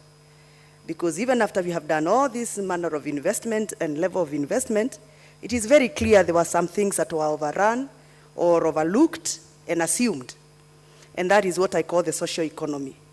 The social economy of the SGR project from Mombasa all the way to Nairobi, I do not think that it was taken care of properly. And I would want to understand, if there was a consultant who was involved, how the report was given and how it was put into implementation. The reason why I'm raising the issue of social impact, it is because, Mr. Speaker, I am aware, and I guess members of this House also are aware, that there are so many small businesses that were dependent on the traditional mode of transportation from Mombasa to Nairobi, using the road transport. There are young men who sell roasted maize. There are young women who sell maize, milk.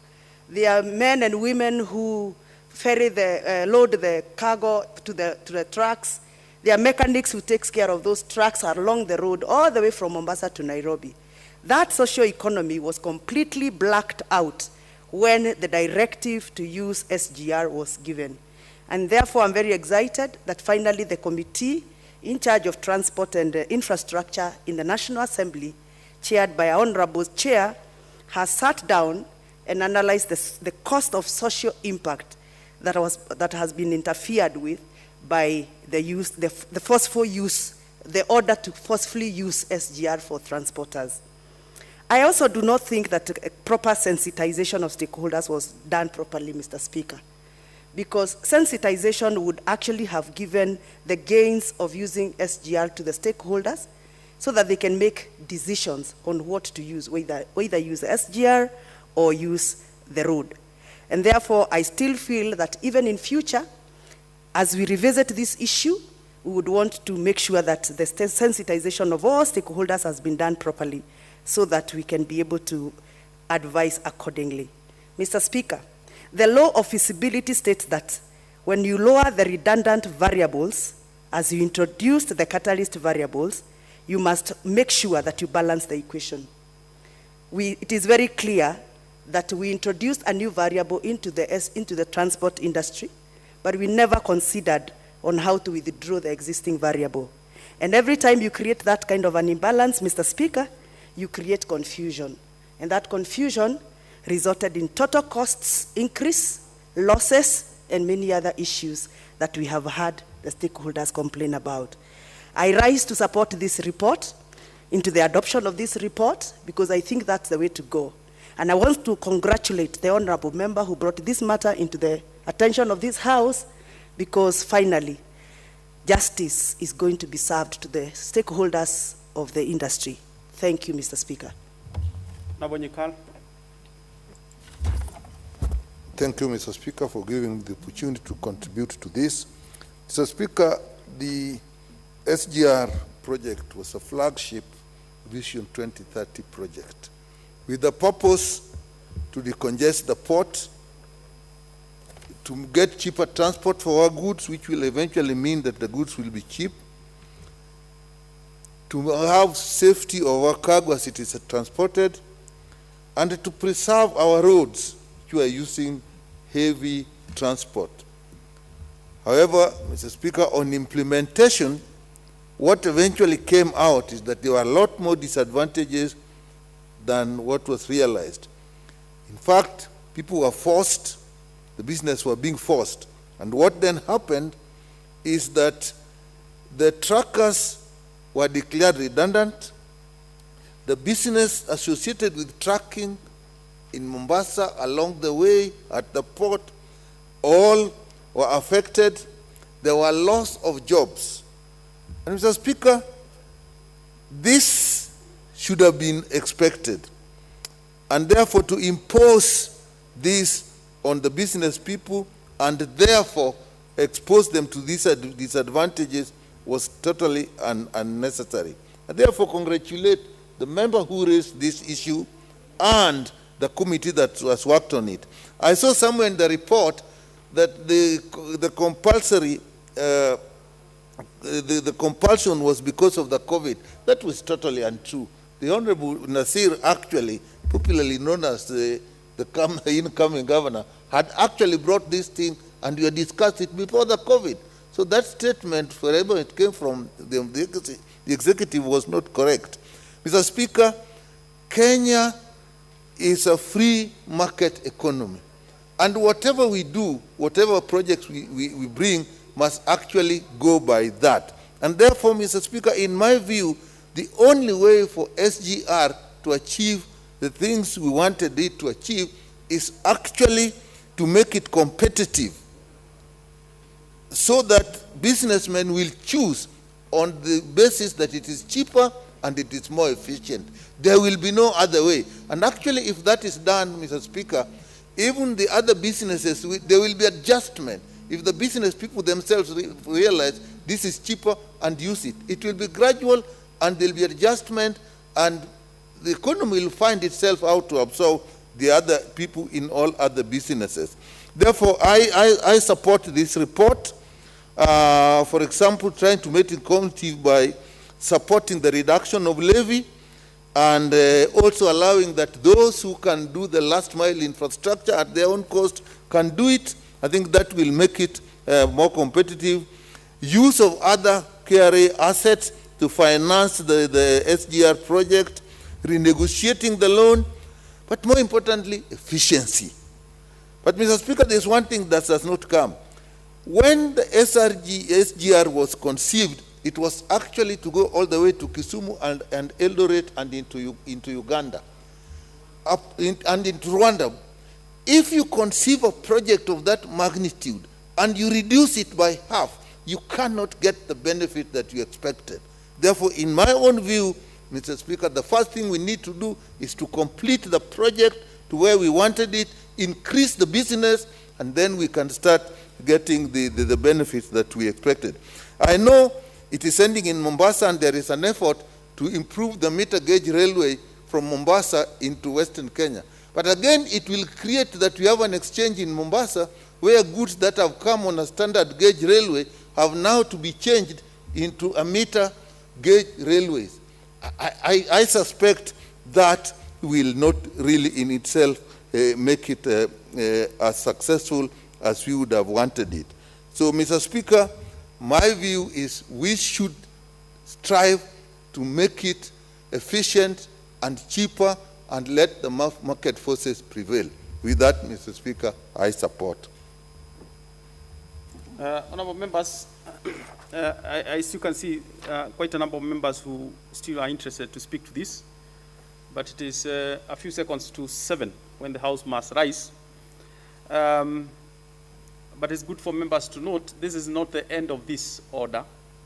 Actually, there's a balance of 1 hour, 30 minutes on this specific order. So members who still have time and space to contribute and to speak to this order, the time, any other time that the House Business Committee will schedule it. So in the circumstances, honorable members, the time being 20 seconds to 7 p.m., this House started adjourned until Thursday, 12th November 2020 at 2:30 p.m. Honorable members, it's good to note, it is not 10. In line of the resolution earlier in the day, we are not meeting at 10 on Thursday. It is at 2:30 to receive the address of His Excellency the President.